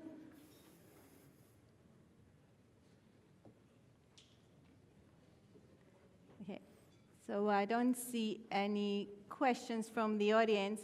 I may have some questions, but let's see, we covered a lot of aspects in terms of financial literacy and digital financial literacy. We've covered national strategies. We covered what the European Commission is doing with the frameworks and what are the competencies. We've heard about the link between financial and digital, the educational front. What has seemed to be missing a little bit from this equation is the part of the enterprises now. As you all know, in Cyprus, we have a very high level of indebtedness in terms of the non-financial corporations. And if you see the statistics, you will see that one of the reasons is because non-financial corporations in Cyprus, they don't seem to have any other sorts of funding, or perhaps they choose not to go in the capital markets, given that we don't have a lot of development in terms of capital markets. So they tend to focus more on bank financing. If any one of you could shed some light into what steps can we do also to help enterprises shift from bank funding also to the capital market as well, taking into account that the capital market is evolving in terms also from the policy side. Can I go first? Yes, of course. Okay, so short note. One of the things we can usually micro and small size companies are going to seek financing through a bank. Okay, so it can be the case where banks, they offer on-demand training, right? So before getting a loan, there can be a short training in terms of how you can manage this money, and having something like regular contact with the banker, the person who is handling this, the credit officer who is running this loan, so to help the entrepreneurs to make more informed decisions. Here I would like to say that at the university we had this EU project that it was digital financial literacy for micro enterprises, and we interview micro entrepreneurs, and we found out that they lack important financial knowledge, not only how to manage their own finances, but also how to manage their businesses, okay, in terms of financial decision making, and at the same time they lack the skills or the workforce to help them drive in a successful way through this digital transformation that happens. So also in this domain, on the micro and small, medium-sized enterprises, Cyprus has, is again in the red zone. Okay, thank you. So it's another area that we have to look into it in more detail then. Okay, so if I have one sentence from all of you in terms of how we move forward, one sentence, what is the policy advice that you would give? So make it short and sweet. Okay. Can I start? Yes. Okay. Required standalone course to maximize exposure of the student to the material we just discussed and give them the opportunity to experiment with it in the classroom with a properly trained instructor, period. Okay. From me to conclude, in the spirit of my discussion, is that for financial literacy, bet your money on education and, focus your efforts on the schooling curriculum and at all levels. But for digital financial literacy, open up the toolbox into more potential tools, such as the one that behavioral economists have been telling us for quite some time, along with education. Digital financial literacy is an interaction term. It's digital and financial literacy. So it needs an interaction in the policy tools, used, both libertarian, such as education, and some more lightly paternalistic, such as nudges, in order to cater to, consumer protection as well, instances where people have limited attention and they don't pay attention to the detail, etc. So digital financial literacy needs us to open up a little bit more than mere financial literacy. Okay, good. So again, a last point coming from surveys in Cyprus. Among 15 years old Cypriot students, we have evidence showing that only 2 out of 10, they are financially literate. About 90% of these students, they are familiar and they're using digital products. Many times they're going to use a credit card in order to buy some games from the internet. And they're exposed to phishing and the spywares and everything. Okay, so what we need to do is what I'm going to echo what Andrea said before. My opinion is that we need to promote financial education in a very systematic way in the school curricula, and also to go by the book. We have a national strategy, and we need to start implementing this national strategy as a way forward, right, from now on. Okay, thank you, Panagiotis. Elena, Edward, do you have something to add? Yes, I would say build confidence through financial education in general, because financial education is really goes in hand with digital financial education. We also saw that, for example, businesses with more knowledgeable from a financial point of view, owners and managers have greater digitalization in their work. So build financial education competencies, build cooperation between stakeholders, collect data, and continue focusing on your efforts to prevent digital financial risks and ensure that the population is knowledgeable and sufficiently well protected and cautious. Thank you, Elena. Edward? Yes, thank you, Lena. So I will try to intervene in one sentence, as you say. I would say develop tailored content, tailored educational content for both the whole population and the vulnerable groups that have been identified at national levels, tailored to the Cypriot context. So some vulnerable groups may differ from one country to another, even if some of them are more or less always common to each and every country. But I would really recommend this, developing tailored context that really targets the vulnerable groups and the overall population with adequate educational content, which is pedagogical, easy to understand, easy to use, and useful for the recipients. Okay. Thank you, Edward. So now, as we draw this conference to a close, let me reiterate once more the pivotal role of the Central Bank of Cyprus in enhancing financial and digital financial literacy.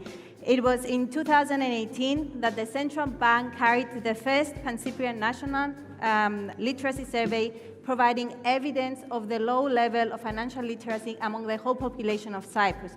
These results then formed the basis for the formulation of the national strategy in Cyprus, which the Central Bank headed, and the Central Bank will continue to lead the implementation of the national strategy in the newly formed Cyprus Committee on Financial Literacy and Education. Our commitment to collaborate with all relevant stakeholders to effect this transformation for the benefit of our citizens and the economy at large remains firm. Having said that, we all know that changes don't happen overnight and they need time to bear fruit. If I may use the words of Warren Buffett, someone is sitting in the shade today because someone planted a tree a long time ago. So lasting change takes time, and it is a process. But we will see the advantages of enhancing digital financial literacy to unfold gradually as individuals become more informed and capable of managing their finances in this newly technologically advanced and digitalized world. We will continue to monitoring, evaluating, and adjusting our strategies to ensure that over time, Cypriot citizens master a sufficient level of digital and financial literacy in Cyprus. And I may conclude with a Chinese proverb that says that the best time to plant a tree was 20 years ago. The second best time is now. So we should all start now, continue collaborating to form a brighter, more advised, more informed, and digitalized world that we live in. With this, the conference is drawn to a conclusion. For those I would like to thank, first of all, for your participation and the panel participants here.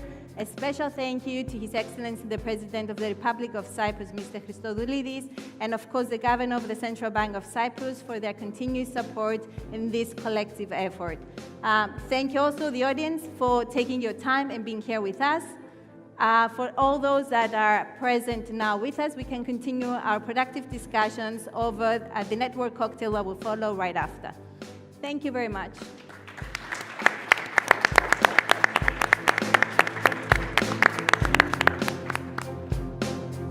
Elena,